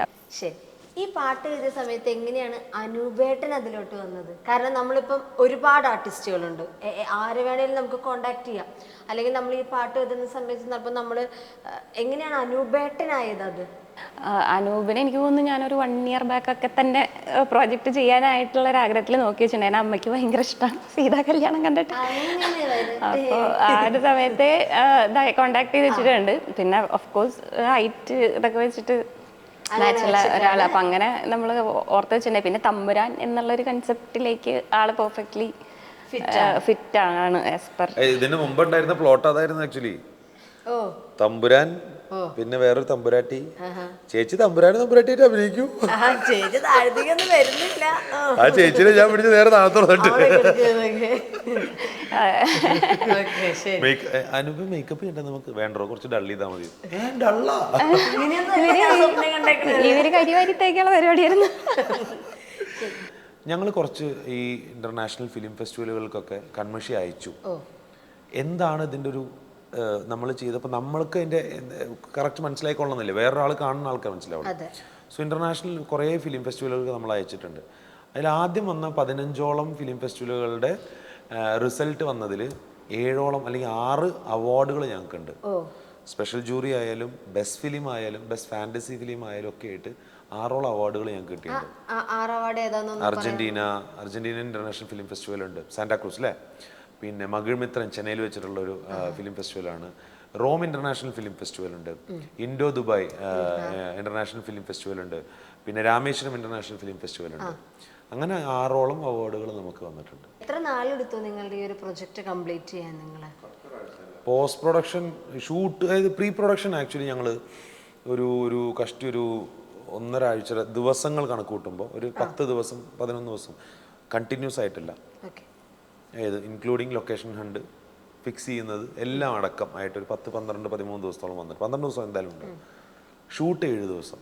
അഗെയിൻ ഞാൻ പറഞ്ഞല്ലോ, ഒരു ദിവസം മാത്രം ഡേ, അത് കഴിഞ്ഞ് ബാക്കി എല്ലാ ദിവസവും നൈറ്റ്. പിന്നെ പോസ്റ്റ് പ്രൊഡക്ഷൻ ഈ പറഞ്ഞ പോലെ കുറച്ച് സമയം അധികം എടുത്തു. എഡിറ്റിംഗ് ആയാലും, എഡിറ്റിംഗ് കഴിഞ്ഞതിന് ശേഷമുള്ള മ്യൂസിക് ആയാലും, ചില പോർഷൻസ് ചെയ്തതിന് ശേഷം അത് പോരാ, അത് കുറച്ചും കൂടിയും റീവർക്ക് ചെയ്യണം എന്ന് പറയുക, ആഡ് ഓൺസ് വരിക, പല പല സജഷൻസ്. ഇപ്പം ഞങ്ങൾ തമ്മിൽ അടി ഉണ്ടാവും അതിൽ, അത് വേണ്ട ഇത് വേണം. ചില സജഷൻസ് പറയുമ്പോൾ അത് ഉപയോഗിക്കാൻ പറ്റില്ല എന്ന് പറയുക. കാരണം അതിലൊരു പ്രധാന ഒരു കാരണം ഇതിൽ അഥർവവേദം ഉപയോഗിച്ചിട്ടുണ്ട്. ഈ അഥർവവേദം എന്ന് പറയുന്നത് സോക്കോൾ വേദങ്ങളിൽ അഥർവത്തിന് വേണ്ടി അറിയാലോ അല്ലേ, അവസാനത്തെ വേദമാണ് അത്. അഥർവവേദം അങ്ങനെ ഉപയോഗിക്കാറില്ല. പക്ഷെ ഞാൻ അതിനെ പറ്റിയിട്ട് ഇങ്ങനെ കുറേ റെഫറൻസുകൾ അല്ലെങ്കിൽ കുറേ എടുത്തപ്പോൾ അതിലൊരു പോർഷനിൽ ഒരു ക്ലോസ് കണ്ടു. നമുക്കത് ഈ പ്രകൃതി നശിപ്പിക്കുന്ന എന്തോ അതിനെ നശിപ്പിക്കാൻ അഥർവവേദത്തിലൂടെ സാധിക്കും.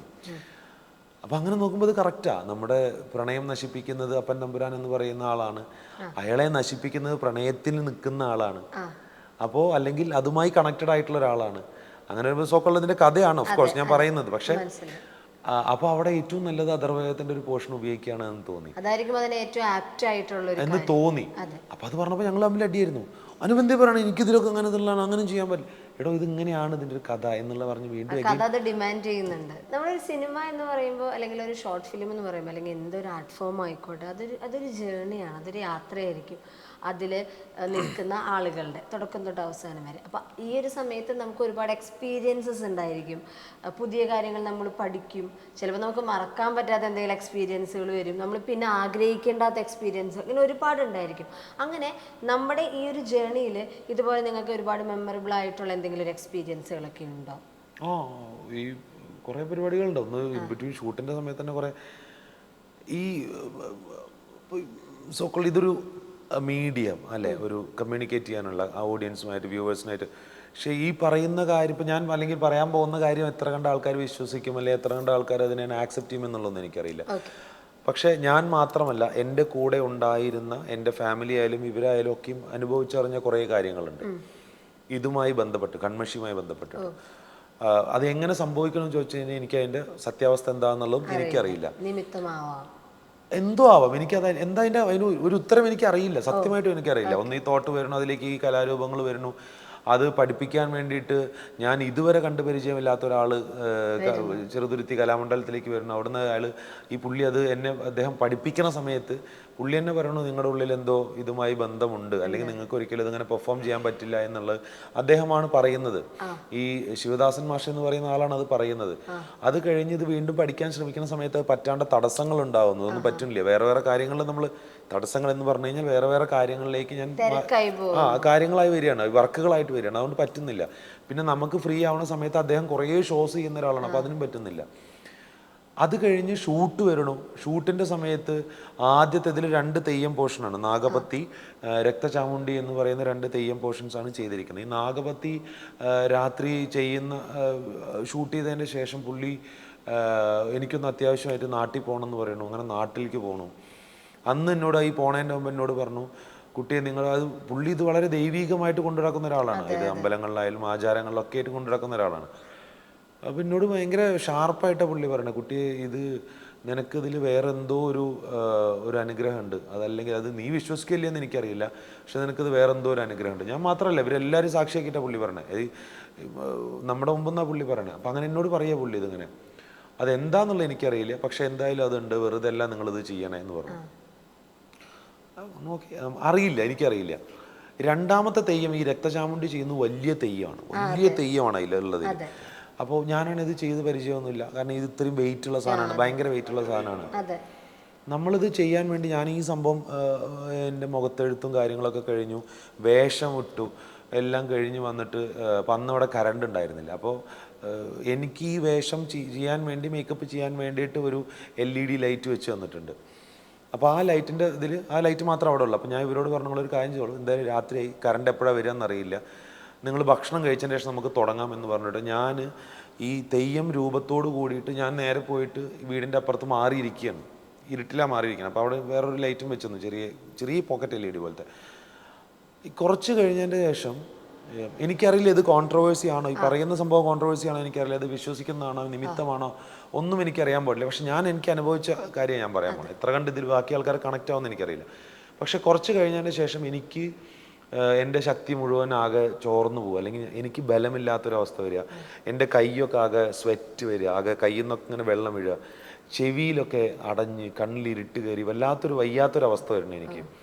അപ്പോൾ എന്താണെന്ന് എനിക്ക് മനസ്സിലാവില്ല. അപ്പോൾ എനിക്ക് തോന്നും ഞാൻ സുധിയോടും ജിത്തുട്ടിനോടും ആരോടോ 1-2 ആൾക്കാരോട് ഞാൻ അങ്ങനെ പറഞ്ഞു, എനിക്കിത്തിരി വെള്ളം വേണമെന്നു, എനിക്ക് വെയ്ക്കുന്നില്ല എന്ന് പറഞ്ഞു, വെള്ളം വേണമെന്നു പറഞ്ഞു. സുധി ഉണ്ടായിരുന്നു എൻ്റെ കൂടെ, ജിത്തുട്ടിനുണ്ടായിരുന്നു. അപ്പോൾ ഇങ്ങേര് വേഗം ഓടിപ്പോയി. ഞാൻ പറഞ്ഞു, വന്നിട്ട് ഞാൻ മൂപ്പരോടെ പറഞ്ഞു പോയിട്ട് മാഷെ വിളിക്കാൻ പറഞ്ഞു. അപ്പോൾ ഈ പുള്ളിക്കാരൻ അപ്പുറത്തുള്ളേ മാഷെ വിളിക്കാൻ പറഞ്ഞു. പുള്ളി നേരെ പോയി വിളിച്ചു. അപ്പോഴേക്കും ഇവർ വെള്ളം കൊണ്ടുവന്നു. വെള്ളം കൊടുക്കാൻ നേരത്തെ മാഷ് പറഞ്ഞു വെള്ളം കൊടുക്കണ്ട. എന്നെ വന്ന് നോക്കിയതിൻ്റെ ശേഷം ഇവരിങ്ങനെ കണ്ണിക്കൊക്കെ നോക്കി. അപ്പം എൻ്റെ കണ്ണൊക്കെ ചുവന്നിരിക്കുക. ഒരു സാധനം ചെയ്തിട്ടില്ല ഞാൻ, ഈ ചുണ്ടപ്പൂ ഇട്ടിട്ടില്ല, കണ്ണ് ചോക്കാൻ ഒന്നും ചെയ്തില്ല. എൻ്റെ കണ്ണൊക്കെ ചുവന്നിരിക്കുക.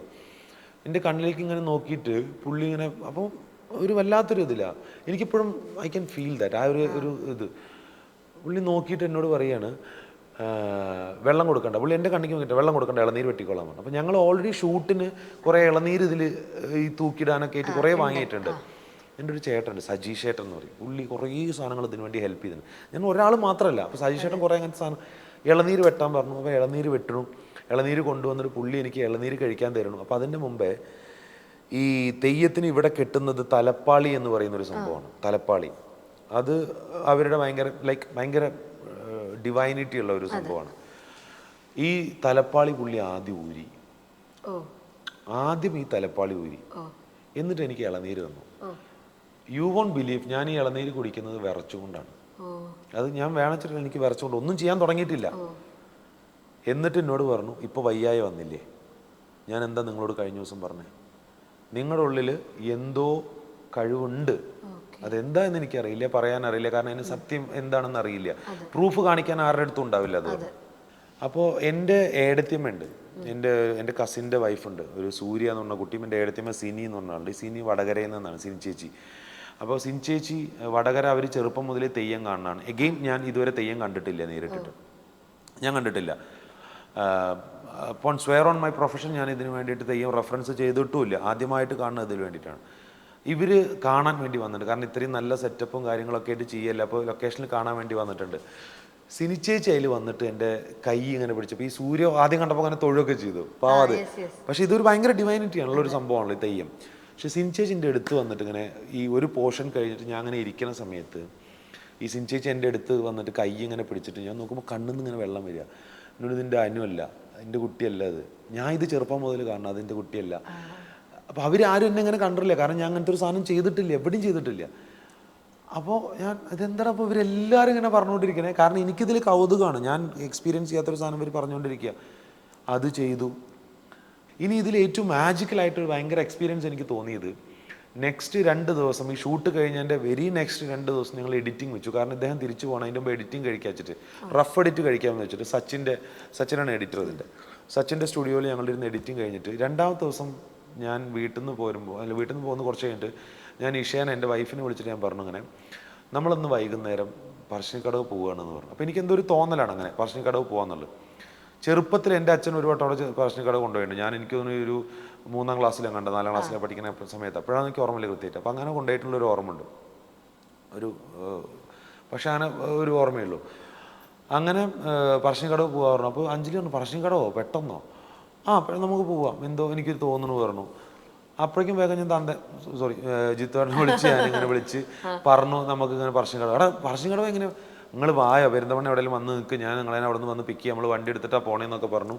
വണ്ടി റെഡി ഉണ്ടായിരുന്നില്ല ആ സമയത്ത്. വണ്ടി എങ്ങനെയൊക്കെയോ രാത്രിക്ക് വണ്ടി റെഡി ആവണം, ഞങ്ങൾ പറശ്ശിനിക്കടവ് പോകണം.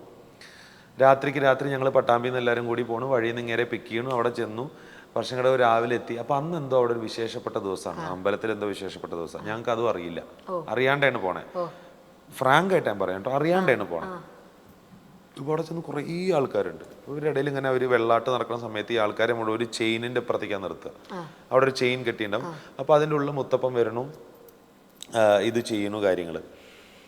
അപ്പോൾ ഇതിൻ്റെയൊക്കെ മുമ്പ് ശരിക്കും വേറെ ഇതിൻ്റെ ഒരു ചെറിയൊരു സംഭവം ഉണ്ട്. അതായത് ഈ ആദ്യം മുതലേ എഴുതുമ്പോൾ ഈ പരമു പെർഫോം ചെയ്യുന്നൊരു സീനുണ്ട് ഇതിലൊരു വളരെ പ്രധാനപ്പെട്ട ഒരു പോർഷനിൽ പരമു പെർഫോം ചെയ്യുന്നൊരു സീനുണ്ട്. ഈ പെർഫോം ചെയ്യുമ്പോഴും 2ാമത്തെ തെയ്യം ചെയ്യണ സമയത്തും ഇയാളുടെ കയ്യിലൊരു വാളുണ്ട്. ഇത് കുത്തുവാള് വേണം, അതായത് നീണ്ട കൊക്കല്ലാത്ത ഒറ്റ വാള് വേണം. ഈ ഒറ്റ വാള് എവിടുന്നും കിട്ടുന്നുണ്ടായിരുന്നില്ല. എല്ലാവരും ഭാസ്കർ ആയാലും വിഷ്ണു ആയാലും എല്ലാവരും നടന്ന് നോക്കുന്നുണ്ട്. ജയദേവേട്ടനാണ് ആർട്ട് ചെയ്തത്. ജയദേവേട്ടൻ കുറേ സ്ഥലത്ത് പോയി, അവിടെ എവിടെയും കുത്തുവാളില്ല. പിന്നെ അവസാനം ട്രിവാൻഡ്രത്താണ് ഇങ്ങാണ്ട് കുത്തുവാളുള്ളത്. പക്ഷെ അത് അവിടെ നിന്ന് എത്തുമ്പോഴേക്കും ഷൂട്ട് തുടങ്ങും ചെയ്യും. അപ്പം അങ്ങനെ അതും പറ്റാത്ത ഞങ്ങൾക്ക് കിട്ടാതെ ഈ കുത്തുവാള് പോലും ഞങ്ങൾക്ക് അന്ന് പട്ടാമ്പിയിൽ നിന്ന് കിട്ടി, ഒറ്റ സാധനം ഉണ്ടായിരുന്നുള്ളൂ. അപ്പോൾ ഇത് എവിടുന്ന ഈ കുത്തുവാള് വേണം എന്നുള്ള തോന്നൽ എനിക്കത് അറിയില്ല. എഗെയിൻ ശിവദാസേട്ടൻ്റെ മോൻ അക്ഷയ് എനിക്ക് അതിൻ്റെ ഫോട്ടോ അയച്ചു തരുന്നു, ഇതാണ് കുത്തുവാള് ചേട്ടാന്ന് പറഞ്ഞിട്ട്. അവർ പറഞ്ഞു, ശിവദാസേട്ടൻ മാഷ് പറഞ്ഞു എന്നോട്, ഈ വാള ഞങ്ങൾ ഉപയോഗിക്കാറ്, ഏത് കൊക്ക് പോലെയുള്ള ആ വാള ഞങ്ങൾ ഉപയോഗിക്കാറ് പറഞ്ഞു. പക്ഷെ അപ്പോഴും എൻ്റെ മനസ്സിൽ എനിക്ക് കുത്തുവാള് വേണം, എനിക്കറിയില്ല, എൻ്റെ മനസ്സിലതാണ് എനിക്കത് വേണം, അതില്ലെങ്കിൽ ഇത് കംപ്ലീറ്റ് ആവില്ല എന്നുള്ളൊരു തോന്നലാണ്. അങ്ങനെ അഗെയിൻ ഞങ്ങൾ ഈ കുത്തുവാള എനിക്ക് കിട്ടി, ഞങ്ങൾ പെർഫോമൻസും കാര്യങ്ങളും കഴിഞ്ഞു. ഞങ്ങൾ പറശ്ശിനിക്കടവ് എത്തിയിട്ട് ഈ വെള്ളാട്ട് നടന്നുകൊണ്ടിരിക്കുകയാണ് അവിടെ. ഈ വെള്ളാട്ടിൻ്റെ ഒരു പോർഷൻ കഴിഞ്ഞു, അവർ പീഠത്തിൻ്റെ മുകളിൽ വരുന്നു, ഓരോ കാര്യങ്ങൾ വന്നു. കുറച്ച് കഴിഞ്ഞിട്ട് വെള്ളാട്ട് നടന്നുകൊണ്ടിരിക്കുമ്പോൾ ഈ മുത്തപ്പൻ്റെ മടപ്പുരയിൽ നിന്ന് അതിൻ്റെ ഉള്ളിലുള്ള അവിടുത്തെ ഒരു ആള്, ഈ മടപ്പുരയുടെ ഉള്ളിലുള്ള ഒരാൾ 2 വാള് കൊണ്ടു കൊടുക്കുകയാണ്, കുത്തുവാള്. ഇത് കുത്തുവാള് കൊണ്ടു കൊടുക്കുക. ഞാൻ വേഗം ഇങ്ങനെ നോക്കി, ഞാൻ അവിടുന്ന് നോക്കി കുത്തുവാള് നോക്കി കയറുന്നു. പുള്ളി എന്നെ നോക്കിയിട്ട് ഞാൻ ചിരിച്ച്. അപ്പോൾ എനിക്ക്, കാരണം ഇവർക്ക് അറിയാം, ഈ കഥ അറിയാം എന്താ സംഭവം. അതായത് ഞാൻ പോയിക്കൊണ്ടിരിക്കുന്ന എൻ്റെ ഇതറിയാം, വല്ലാത്തൊരു ഫയറാണ് ഈ സാധനം കിട്ടണം എന്ന് പറഞ്ഞിട്ടേ. ഞാൻ ഭയങ്കര അത് കഴിഞ്ഞിട്ട് ഇത്രയും ആൾക്കാർ ഇവിടെ കൂടി നിൽക്കുക കേട്ടോ. ഈ മുത്തപ്പനായിട്ടുള്ള രണ്ടാൾക്കാരാണ് അവിടെ ഉണ്ടാവുക. ഈ മുത്തപ്പൻ എന്നെ കൈകൊണ്ട് ഇങ്ങനെ വിളിച്ചു. അപ്പോൾ ഈ ആൾക്കാരുടെ കൂട്ടത്തിലാണ് നിൽക്കണേ. അപ്പോൾ എനിക്കറിയില്ല, എന്നെ വിളിക്കണമെന്ന് അറിയില്ല, കാരണം ഇത്രയും ആൾക്കാർ നിൽക്കുന്നുണ്ട്. അപ്പം ഞങ്ങൾ അവിടെ തന്നെ നിന്നു. അപ്പോൾ അവിടുന്ന് ഒരാൾ പറഞ്ഞു, നിങ്ങളെ വിളിക്കണേന്ന് പറഞ്ഞിട്ട് പറഞ്ഞു. എഗെയിൻ അപ്പോൾ ഞാൻ പോവുകയാണ്. എൻ്റെ കൂടെ എൻ്റെ വൈഫ്, എൻ്റെ അമ്മ, എൻ്റെ അച്ഛൻ, എൻ്റെ അനിയൻ, ജിത്തു, അഞ്ജലി എല്ലാവരും കൂടി വന്നു. അപ്പോൾ ഞങ്ങൾ മുത്തപ്പൻ്റെ അടുത്തേക്ക് നേരെ നടന്നു ചെന്നു. ഈ പുള്ളി എൻ്റെ കൈ ഇങ്ങനെ പിടിച്ചിട്ട് പുള്ളി ഇങ്ങനെ നോക്കിയിട്ട് പുള്ളി പറയാണ്, വേഷം കെട്ടിയില്ലേ എന്ന്. ഞാൻ അങ്ങനെ ശരിയല്ല, ഞാൻ എന്തെങ്കിലും എക്സാജറേഷൻ ഞാൻ പറഞ്ഞിട്ടോ. പുള്ളി കണ്ണിൽ നോക്കിയിട്ട് എന്നോട് പറയാ, വേഷം കിട്ടിയില്ലേ എന്ന്. ചുവന്ന കണ്ണ്, നല്ല ചുവന്ന കണ്ണ്. പുള്ളി എന്നോട് വേഷം കിട്ടിയില്ലേ എന്ന്. അപ്പൊ ഞാൻ എന്ന് ചോദിച്ചു, മുത്തപ്പൻ്റെ വേഷം കിട്ടിയില്ലേ? അപ്പൊ വേഷം കിട്ടി. അപ്പൊ കുറച്ച് ബുദ്ധിമുട്ടുണ്ടായിരുന്നില്ലേ? മുത്തപ്പൻ കൂടെ ഉണ്ടായിരുന്നേ, ഈ വാക്കാ പുള്ളി പറഞ്ഞേ. അപ്പൊ കുറച്ച് ബുദ്ധിമുട്ടുണ്ടായില്ലേ? മുത്തപ്പൻ കൂടെ ഉണ്ടായിരുന്നേ, മുത്തപ്പൻ കൂടെ ഉണ്ട് ഉള്ളില് കേട്ടോ. ധൈര്യമായിട്ട് മുന്നോട്ട് പോയിക്കോ. കുറച്ച് ബുദ്ധിമുട്ടൊക്കെ ഉണ്ടാവും, പക്ഷെ മുത്തപ്പൻ കാക്കും. എല്ലാം കഴിഞ്ഞിറങ്ങി കഴിഞ്ഞാൽ മുത്തപ്പനെ ഒന്ന് കാണുക. ഇങ്ങനെയാണ് പുള്ളി സംസാരിച്ചത്. ആന്ന് പറഞ്ഞു. ഞാൻ ഇതുവരെ ഇങ്ങനത്തെ സംഭവങ്ങളിലൊന്നും എനിക്ക് അത്ര വലിയ വിശ്വാസമില്ല. കാരണം വിശ്വസിക്കുന്ന ആൾക്കാർ വിശ്വസിക്കട്ടെ, അങ്ങനെ പോട്ടെ എന്ന് പറഞ്ഞ രീതിയാണ് എൻ്റെ. ഞാൻ അതിന് നിന്ദിക്കാനും ഇല്ല, ഒന്നും ഒരു പ്രശ്നമില്ല. പക്ഷെ ഇതെൻ്റെ ലൈഫിൽ സംഭവിച്ചു കഴിഞ്ഞപ്പോൾ ഞാനിങ്ങനെ എന്താ പറയുക, നമ്മളിങ്ങനെ വണ്ടടിച്ചിരിക്കാന്ന് പറയില്ലേ, കണ്ണിലൊക്കെ വെള്ളം നിറഞ്ഞ് ആകെ വല്ലാത്തൊരു ഫീല്. ഞാൻ നേരെ അവിടെ നടന്നു പോകുന്നു, നേരെ അപ്പുറത്തെ അവിടെ ഈ ആൾക്കാരൊക്കെ ഇരിക്കുന്ന ഈ ചുമരിനോട് ചേർന്നിട്ടുള്ള ഭാഗത്ത് അവിടെ ഇങ്ങനെ ഇരുന്ന്. ഞാൻ പിന്നെ മുത്തപ്പൻ്റെ അടുത്തേക്ക് പോയിട്ടുമില്ല. ലൈക്ക് അതിനുശേഷം എന്നോട് നമുക്ക് വീണ്ടും പോയി ചോദിക്കാൻ ഓരോ കാര്യങ്ങൾ പറഞ്ഞില്ല. ഞാൻ വരുന്നില്ല. കാരണം എന്നെ സാറ്റിസ്ഫൈ ആക്കുന്ന, എനിക്ക് ഉത്തരം തരുന്ന, എൻ്റെ ചിന്തകളെ മുഴുവൻ മാറ്റുന്നൊരു സംഭവം എൻ്റെ ജീവിതത്തിൽ സംഭവിച്ചു കഴിഞ്ഞു. എനിക്ക് ഞാൻ അതിൻ്റെ മുകളിൽ ഈ ഒരു പ്രൊജക്റ്റിനോ അല്ലെങ്കിൽ വേറെ കാര്യങ്ങളോ ഇല്ല. ഞാനിനി പോവും, ഇത് ഇറങ്ങിക്കഴിഞ്ഞാൽ ഉറപ്പായിട്ട് ഞാൻ പോയിട്ട് കാണും. അതിനുശേഷം പുള്ളി പറഞ്ഞ കാര്യങ്ങൾ ഈ പറഞ്ഞ പോലെ ബുദ്ധിമുട്ടുകൾ കുറേ വന്നു എൻ്റെ ലൈഫിൽ. ഇതുവരെ ഇല്ലാത്ത കുറേ ബുദ്ധിമുട്ടുകൾ എനിക്ക് ഈ ഒരു പ്രൊജക്റ്റുമായി ബന്ധപ്പെട്ട എൻ്റെ പേഴ്സണൽ ലൈഫിൽ, എൻ്റെ ലൈഫിലൊക്കെ വന്നിട്ടുണ്ട്. എനിക്ക് ഒരുപാട് കാര്യങ്ങൾ, എൻ്റെ പല പ്രൊജക്റ്റുകൾ മാറിപ്പോവുക, അല്ലെങ്കിൽ ഞാൻ ചെയ്യേണ്ടതായിട്ടുള്ള പ്രൊജക്റ്റുകൾ വേറെ ആൾക്കാർ ചെയ്യുക. പക്ഷെ അപ്പോഴും എനിക്ക് ഈ സാധനം ഇറക്കണം എന്നുള്ളത്, കാരണം ഞാൻ ഇതിനു വേണ്ടിയിട്ട് അത്രത്തോളം എഫേർട്ട് ഉണ്ട്, അതിന് അത്രത്തോളം ഞാൻ ബുദ്ധിമുട്ടിയിട്ടുണ്ട്. പിന്നെ ഈ ഒരു സംഭവം നമ്മുടെ തലയിലേക്ക് ഒരാൾ എങ്ങനെ അറിയും? മുത്തപ്പൻ്റെ വേഷം കെട്ടുന്ന ഒരാളാണ് അല്ലേ, അത് ആചാരമായിട്ട് വേഷം കെട്ടുന്ന ഒരാൾ അല്ലെങ്കിൽ രണ്ടാൾക്കാർ. ഞാൻ ഇങ്ങനൊരു സംഭവം ചെയ്തു എന്നുള്ളത് റിലീസ് ചെയ്തിട്ടില്ല, എഡിറ്റ് ചെയ്തിട്ടില്ല, ഞങ്ങൾ ഔട്ട് പുറത്ത് പോയിട്ടില്ല. അവർക്കത് അറിയേണ്ട ആവശ്യമില്ല. അവരെങ്ങനെ അത് പറഞ്ഞു? കുറേ എന്നെ കുഴപ്പിക്കുന്ന ചോദ്യങ്ങളുണ്ട്. ഇതിൻ്റെയൊക്കെ അപ്പുറം പുള്ളി പറഞ്ഞൊരു ഉത്തരം എൻ്റെ ഉള്ളിലുണ്ട്. ഈ കൺമഷിയുടെ ഷൂട്ടിംഗ് സമയത്ത് ഇതിൽ നമ്മൾ തോറ്റം പറയുക എന്ന് പറയും, അല്ലെങ്കിൽ അതിനെന്താ പറയുക, അതിന് വാക്കൊരു ഒരു എന്താ പറയുക, ഒരു സംഭവം പറയാ, തോറ്റം പറയാന്ന് അതിനെ പറയാ. ശരിക്ക് ആ ഒരു സംഭവത്തിനെ തോറ്റം പറയാന്നാ പറയാ. അതിന്റെ എക്സാക്ട് വാക്ക് എന്താ എനിക്കറിയില്ല.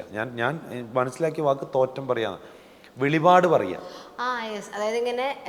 അരുളപ്പാട്, കൽപ്പിക്കുക പറയില്ലേ. എക്സാക്ട്ലി കൽപ്പിക്കുക, കൽപ്പന, അരുളപ്പാട് എന്നൊക്കെ പറയില്ലേ. അപ്പൊ ഇതിലൊരു കൽപ്പന പോലത്തെ ഒരു പോർഷൻ വേണം. കാരണം ഞാൻ മാഷോട് ചോദിച്ചു, ഇങ്ങനെ ഒരു സംഭവം വേണം മാഷെ, അപ്പോൾ നമുക്കത് ഇങ്ങനെ കൺമഷിയോട് ഈ തെയ്യം ചെയ്യുന്നൊരു സംഭവമാണെന്ന് പറഞ്ഞു. മാഷ് എനിക്കൊരു പോർഷൻ പറഞ്ഞു തന്നു. അപ്പോൾ ആ പോർഷൻ ഞാനത് കേട്ടു, അത് പഠിച്ചു, അല്ലെങ്കിൽ അത് മനസ്സിലാക്കി, അത് ഇതാക്കി. ഇന്നും ഞാൻ അതിൽ ഉപയോഗിച്ചിരിക്കുന്നത്, ഈ വിഷ്വലിൽ ഉപയോഗിച്ചിരിക്കുന്നത്, ഇത് സിങ് സൗണ്ട് ആയിരുന്നു ആ പോർഷനൊക്കെ. അന്ന് ഞാൻ ആ വേഷം കെട്ടിയിട്ട് അന്ന് ഈ കൺമഷിയുടെ തലയിൽ വെച്ചിട്ട് പറഞ്ഞിട്ടുള്ള ഒരു പോർഷനാണ് ഉപയോഗിച്ചത്. അതിനുശേഷം ഞാൻ ഡബ് ചെയ്യാൻ ശ്രമിച്ചു, പക്ഷെ അത്ര അതിൻ്റെ ഒറിജിനാലിറ്റി വന്നില്ല. അതെന്തുകൊണ്ടാണെന്ന് എനിക്കറിയില്ല. പക്ഷെ അതിലെൻ്റെ വോയിസ് വേറെയാണ്. എൻ്റെ വോയിസ് അതിൽ മാറിയിട്ടുണ്ട്. കാരണം എൻ്റെ വോയിസ്, ഞാൻ ഡയലോഗ് പറയുന്നുണ്ട്, പക്ഷേ അതിൽ ഈ തോറ്റം പറയുന്ന സമയത്ത് എൻ്റെ വോയിസ് വേറെയാണ് എൻ്റെ. അതെങ്ങനെ വന്നു എനിക്കറിയില്ല. അത്രത്തോളം സാറ്റിസ്ഫൈ ആക്കുന്ന ഒരു ഡബ് എനിക്ക് അതിന് കൊടുക്കാനോ അല്ലെങ്കിൽ ചെയ്യാനോ പറ്റിയിട്ടില്ല. അത് തന്നെയാണ് ഇപ്പോഴും ഉപയോഗിച്ചിരിക്കുന്നത്. ആ സാധനം കഴിഞ്ഞ വഴിക്കൊക്കെ മാഷ് എന്നെ നോക്കുന്നുണ്ട്. പുള്ളി ഭയങ്കര. ഇപ്പം ഞങ്ങളിപ്പോൾ ഈ 3 പേര് ഇവിടെ ഇരുന്നിട്ട് ഈ സംഭവം പറയുന്നില്ലേ, ഇതിന് വന്നിട്ടുള്ള കുറേ ബുദ്ധിമുട്ടുകളുടെ കാര്യം പറഞ്ഞില്ലേ. ആ പാവം ഇപ്പോൾ ICU ഒരു ആക്സിഡൻറ്റ് പറ്റിയിട്ട്, ഈ മാഷ്, ശിവദാസ് മാഷ്. ഇവരോട് പോലും ഞാൻ ഇന്നാ പറയണേ.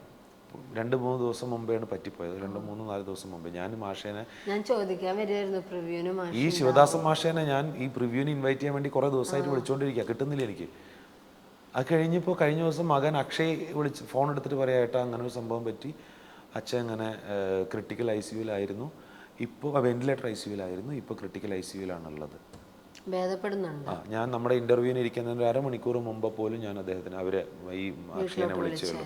കാരണം അപ്പോൾ എന്നെ സംബന്ധിച്ചിടത്തോളം ഇതിന് മുമ്പിൽ കുറേ തടസ്സങ്ങൾ അല്ലെങ്കിൽ കുറേ കാര്യങ്ങൾ വന്നിട്ടുണ്ട്. പക്ഷേ മാറ്റർ ഓഫ് ഫാക്ടർ എന്ന് പറയുന്ന പോലെ തന്നെ എനിക്കിത് പുറത്ത് കൊണ്ടുവരണം. കാരണം കൺമഷി ഡിമാൻഡ് ചെയ്യുന്ന, കൺമഷിയുടെ ഉള്ളിലെ കഥാപാത്രങ്ങൾ പുറത്ത് കാണണം എന്ന് ഒരു ഭയങ്കരമായിട്ടുള്ളൊരു ഫയർ അല്ലെങ്കിൽ ഒരു ആഗ്രഹമുണ്ട്.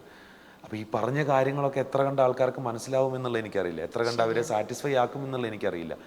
അവർ പറയുമ്പോൾ അവൻ കത്തി പറയുക എന്നൊക്കെ വേണമെങ്കിൽ പറഞ്ഞേക്കാം, പക്ഷെ ഇതിനുണ്ടായ ഫാക്ട് അല്ല, സത്യസന്ധമായിട്ടുള്ളതാണ് ഇപ്പോൾ ഈ പറഞ്ഞത് മുഴുവൻ. ഇതൊരു തള്ളില്ല. ഇപ്പം ഈ പറഞ്ഞ കാര്യങ്ങളൊക്കെ ഞാൻ അനുഭവസ്ഥനാണ്.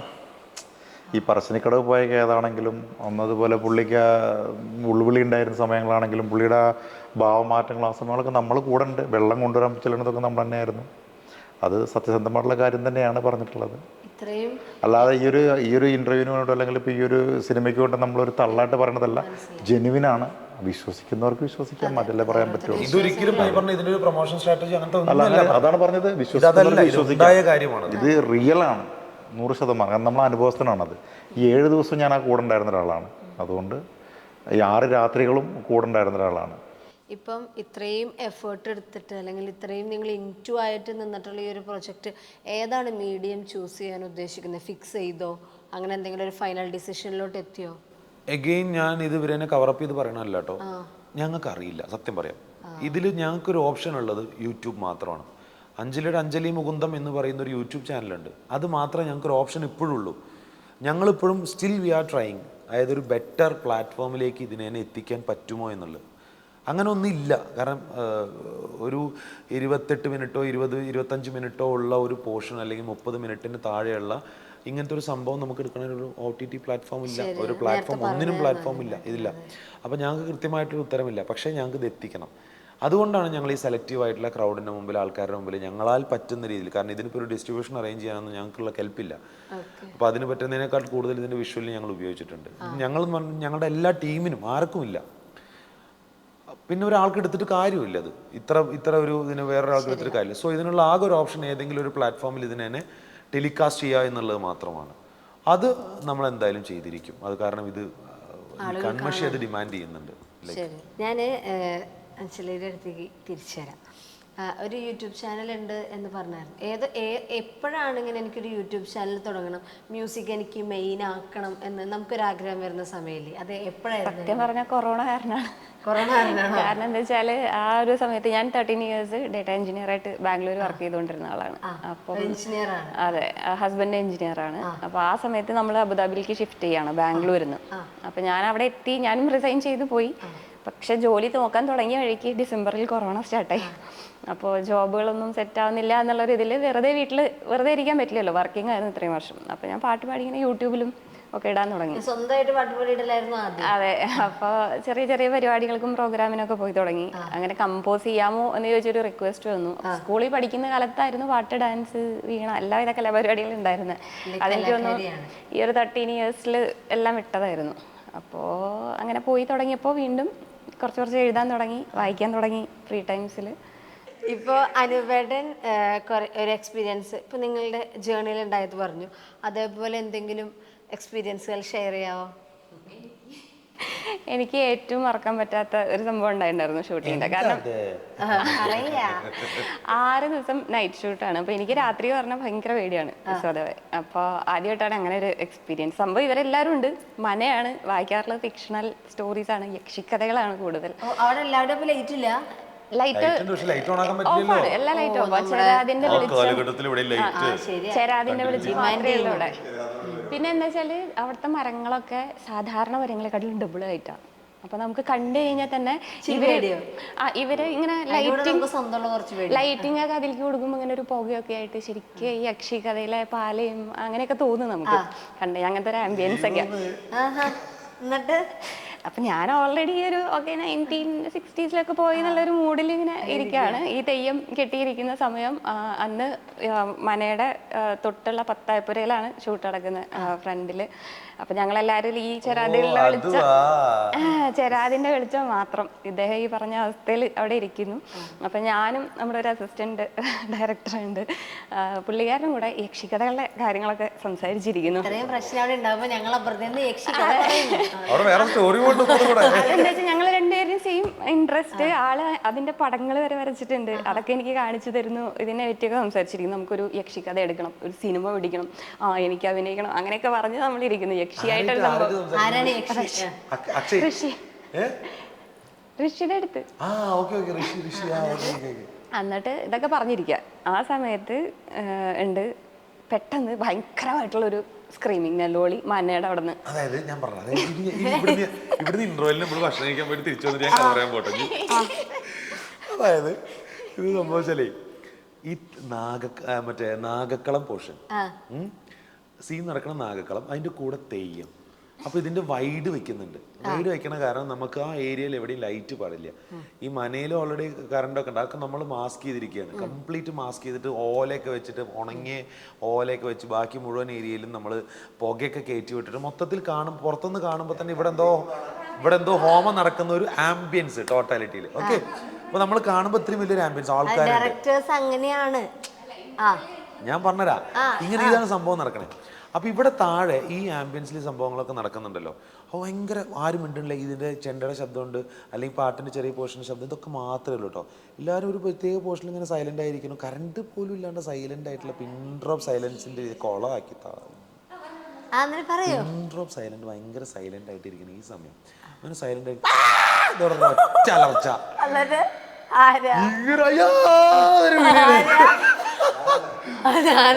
ഇങ്ങനെ അലർച്ച. അപ്പൊ ഇവിടെ എല്ലാരും അല്ല അല്ല അല്ല അല്ലല്ലല്ലല്ല, ഇത് കാട്ടുപോത്തിന്റെ രൂപം മാടപ്രാവിന്റെ മനസ്സിലുണ്ട്. എന്നിട്ട് ഇതിങ്ങനെ ഭയങ്കര ശബ്ദം കേട്ടോ. അപ്പൊ ഞങ്ങളെല്ലാരും ഇവിടെ എന്താ അപ്പൊ അത് പ്രത്യേകിച്ച് ഇവിടെ അപ്പൊ അപ്പുറത്ത് വേറെ കഥ പോകണം ഞങ്ങൾ അറിയില്ല. ഞങ്ങളിവിടെ സാധനം ഷൂട്ട് ചെയ്തോണ്ടിരിക്കുക. സൈലൻസ് വരാൻ പാടില്ല, കാരണം മറ്റേ സൗണ്ട് വരാൻ പാടില്ല, കാരണം ഇവിടെ സിംഗ് സൗണ്ട് എടുത്തോണ്ടിരിക്കുക. അപ്പൊ സൈലൻസ് ആണ്, എല്ലായിടത്തും സൈലൻസ്, അത്രയും സൈലൻസാ. ഈ സാധനം മാത്രമേ എടുക്കാനും പാടുള്ളൂ. ചെലമ്പൊക്കെ എടുത്തോണ്ടിരിക്കുന്നത്, അപ്പൊ അതൊക്കെ എടുത്തോണ്ടിരിക്കുക. അപ്പോഴാണ് ഈ സാധനം വരുന്നത്. എന്താ പറഞ്ഞിട്ട് ഇവരെല്ലാരും കൂടി ഓടി, കുറെ ആൾക്കാർ ഓടി പോയി വെക്കും. അപ്പൊ ഞങ്ങൾ ഇപ്പുറത്ത് തന്നെ ഇരിക്കുക, കാരണം ഇതൊക്കെ ഇങ്ങനെയല്ലേ. മോളിക്ക് കയറി ഓടി അപ്പുറത്ത് പോയി നോക്കുമ്പോഴേ ഞങ്ങളുടെ നേരത്തെ പറഞ്ഞ മറ്റേ ദുൽഖർ സൽമാൻ അദ്ദേഹത്തിന്റെ പടം ഉണ്ടല്ലോ കൊത്ത, അതിനൊക്കെ സൗണ്ട് ഡിസൈനിങ്ങിൽ വർക്ക് ചെയ്തിട്ടുള്ള വിഷ്ണു ഉറങ്ങിയിട്ട് രാത്രി സ്വപ്നം കണ്ടതാ. രാത്രി സ്വപ്നം കണ്ടിട്ട് ഇവ എവിടേക്കോ വർക്കിന് പോകും പകല്, എന്നിട്ട് രാത്രി ഇവിടെ വന്നിട്ട് വെടി മറക്കാണ്. എന്നിട്ട് ഇവിടെ കിടന്നിട്ട് അവൻ എവിടെയോ ഉള്ളിലെവിടെയോ പോയിട്ട് കിടന്നുറങ്ങിയിട്ട് അലറി ഇടിച്ച് നോക്കിയപ്പോ ആരുമില്ല, ഇരുട്ട്. ഈ സമയത്ത് ഈ സമയത്ത് ഒരാവശ്യമില്ലാണ്ട് ടോർച്ചൊന്നും ഞാൻ ഓക്കേന്ന് പറഞ്ഞിട്ട് മുണ്ട് മടക്കി കുത്തിയിട്ട് അകത്തേക്ക് വെള്ളം എടുക്കാൻ പോയി. വെള്ളം എടുക്കാൻ അകത്തേക്ക് കയറി പോയ ഈ സമയത്ത് തന്നെ കറക്റ്റ് അവിടെ അലർച്ച. ഇയാളൊരു ഒറ്റ ഓട്ടം പുറത്തേക്ക്.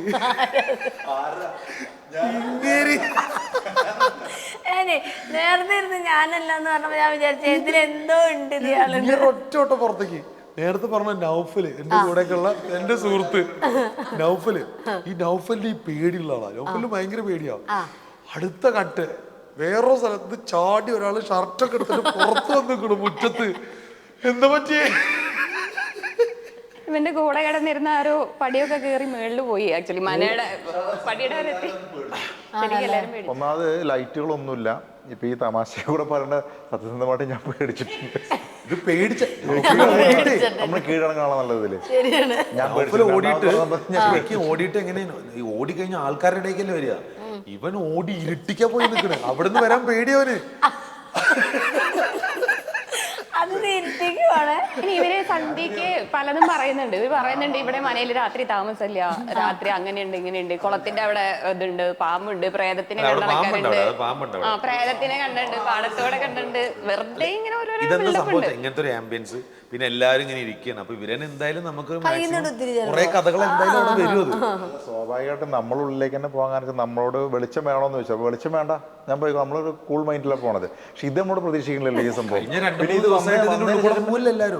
വന്നതിന് ശേഷം പിന്നെ ഞാൻ ഉള്ളിലേക്ക് തന്നെ കൂട്ടി വന്നു. പിന്നെ എനിക്ക് അവിടെ ആകെ ഇരുട്ടാണ്, ഉള്ളിൽ നിന്ന് പുറത്തേക്കും വരാൻ വയ്യ. അപ്പോഴാണ് ഇപ്പൊ ചാടി ഇടിക്കുന്നത്. അപ്പം മറ്റേ പുള്ളി നമ്മളെ ഈ നൗഫലല്ലേ പേര് പറഞ്ഞ ആ പുള്ളി, നൗഫല് ഷർട്ട് ഇട്ടിട്ടൊന്നുമില്ല. പുള്ളി മുണ്ടൊക്കെ വലിച്ചു വെച്ചിട്ട് ഇതൊക്കെ എടുത്തിട്ട് ഒരു പാച്ചിലാണ്. ഇത് കണ്ട് ഞാൻ പേടിച്ചു. എനിക്കൊന്നും പിന്നെ നമുക്ക് ശബ്ദമൊന്നും കിട്ടില്ല. അങ്ങനത്തെ സീനൊക്കെ ഉണ്ടായിട്ടുണ്ടായിരുന്നു. നമ്മള് പേടിച്ചതിൽ ഉപരിയായിട്ട് പുറത്തുള്ള എല്ലാരും പേടിച്ചിട്ട് ഈ ശബ്ദം എവിടെ നിന്ന് ആർക്കും മനസ്സിലായില്ല. ഇതെന്താ പറ്റിയെന്ന് അറിയില്ലല്ലോ. അവൻ കിടന്നുറങ്ങി, അത് കഴിഞ്ഞ് വീണ്ടും കിടന്നുറങ്ങി. ഉറക്കത്തിന്റെ ഇടയിൽ സ്വപ്നം നിലവിളിച്ച് ആളുറങ്ങി. പിന്നെ പ്രശ്നങ്ങളെല്ലാം ഉണ്ടാക്കിയ ആള് വളരെ കൂളായിട്ട് പിന്നെ ശാന്ത സ്വരൂപനായിട്ട് കിടന്നു. മറ്റേ കിട്ടുണ്ണിയുടെ ലോട്ടറി അടിച്ചുള്ള രീതിയില് എണീച്ച് വന്ന് തിരിഞ്ഞിറന്ന് ഉറങ്ങിയിരിക്കണത്രേ. ഞങ്ങളെന്താ വിചാരിച്ചാണെങ്കിൽ മഴയൊക്കെ പെയ്തിട്ടുണ്ടായിരുന്നു. ഇവിടെ മോളിന്ന് ജനറേറ്റർ വെച്ചിട്ടുണ്ട്. ആർക്കെങ്കിലും കറണ്ട് അടിച്ച് അപ്പുറത്ത് പോയി കിടക്കുന്നത്. നൗഫലിന്റെ പോക്ക് വേറെ ലെവലായിരുന്നു. കിട്ടിയത് കയ്യിൽ വാരി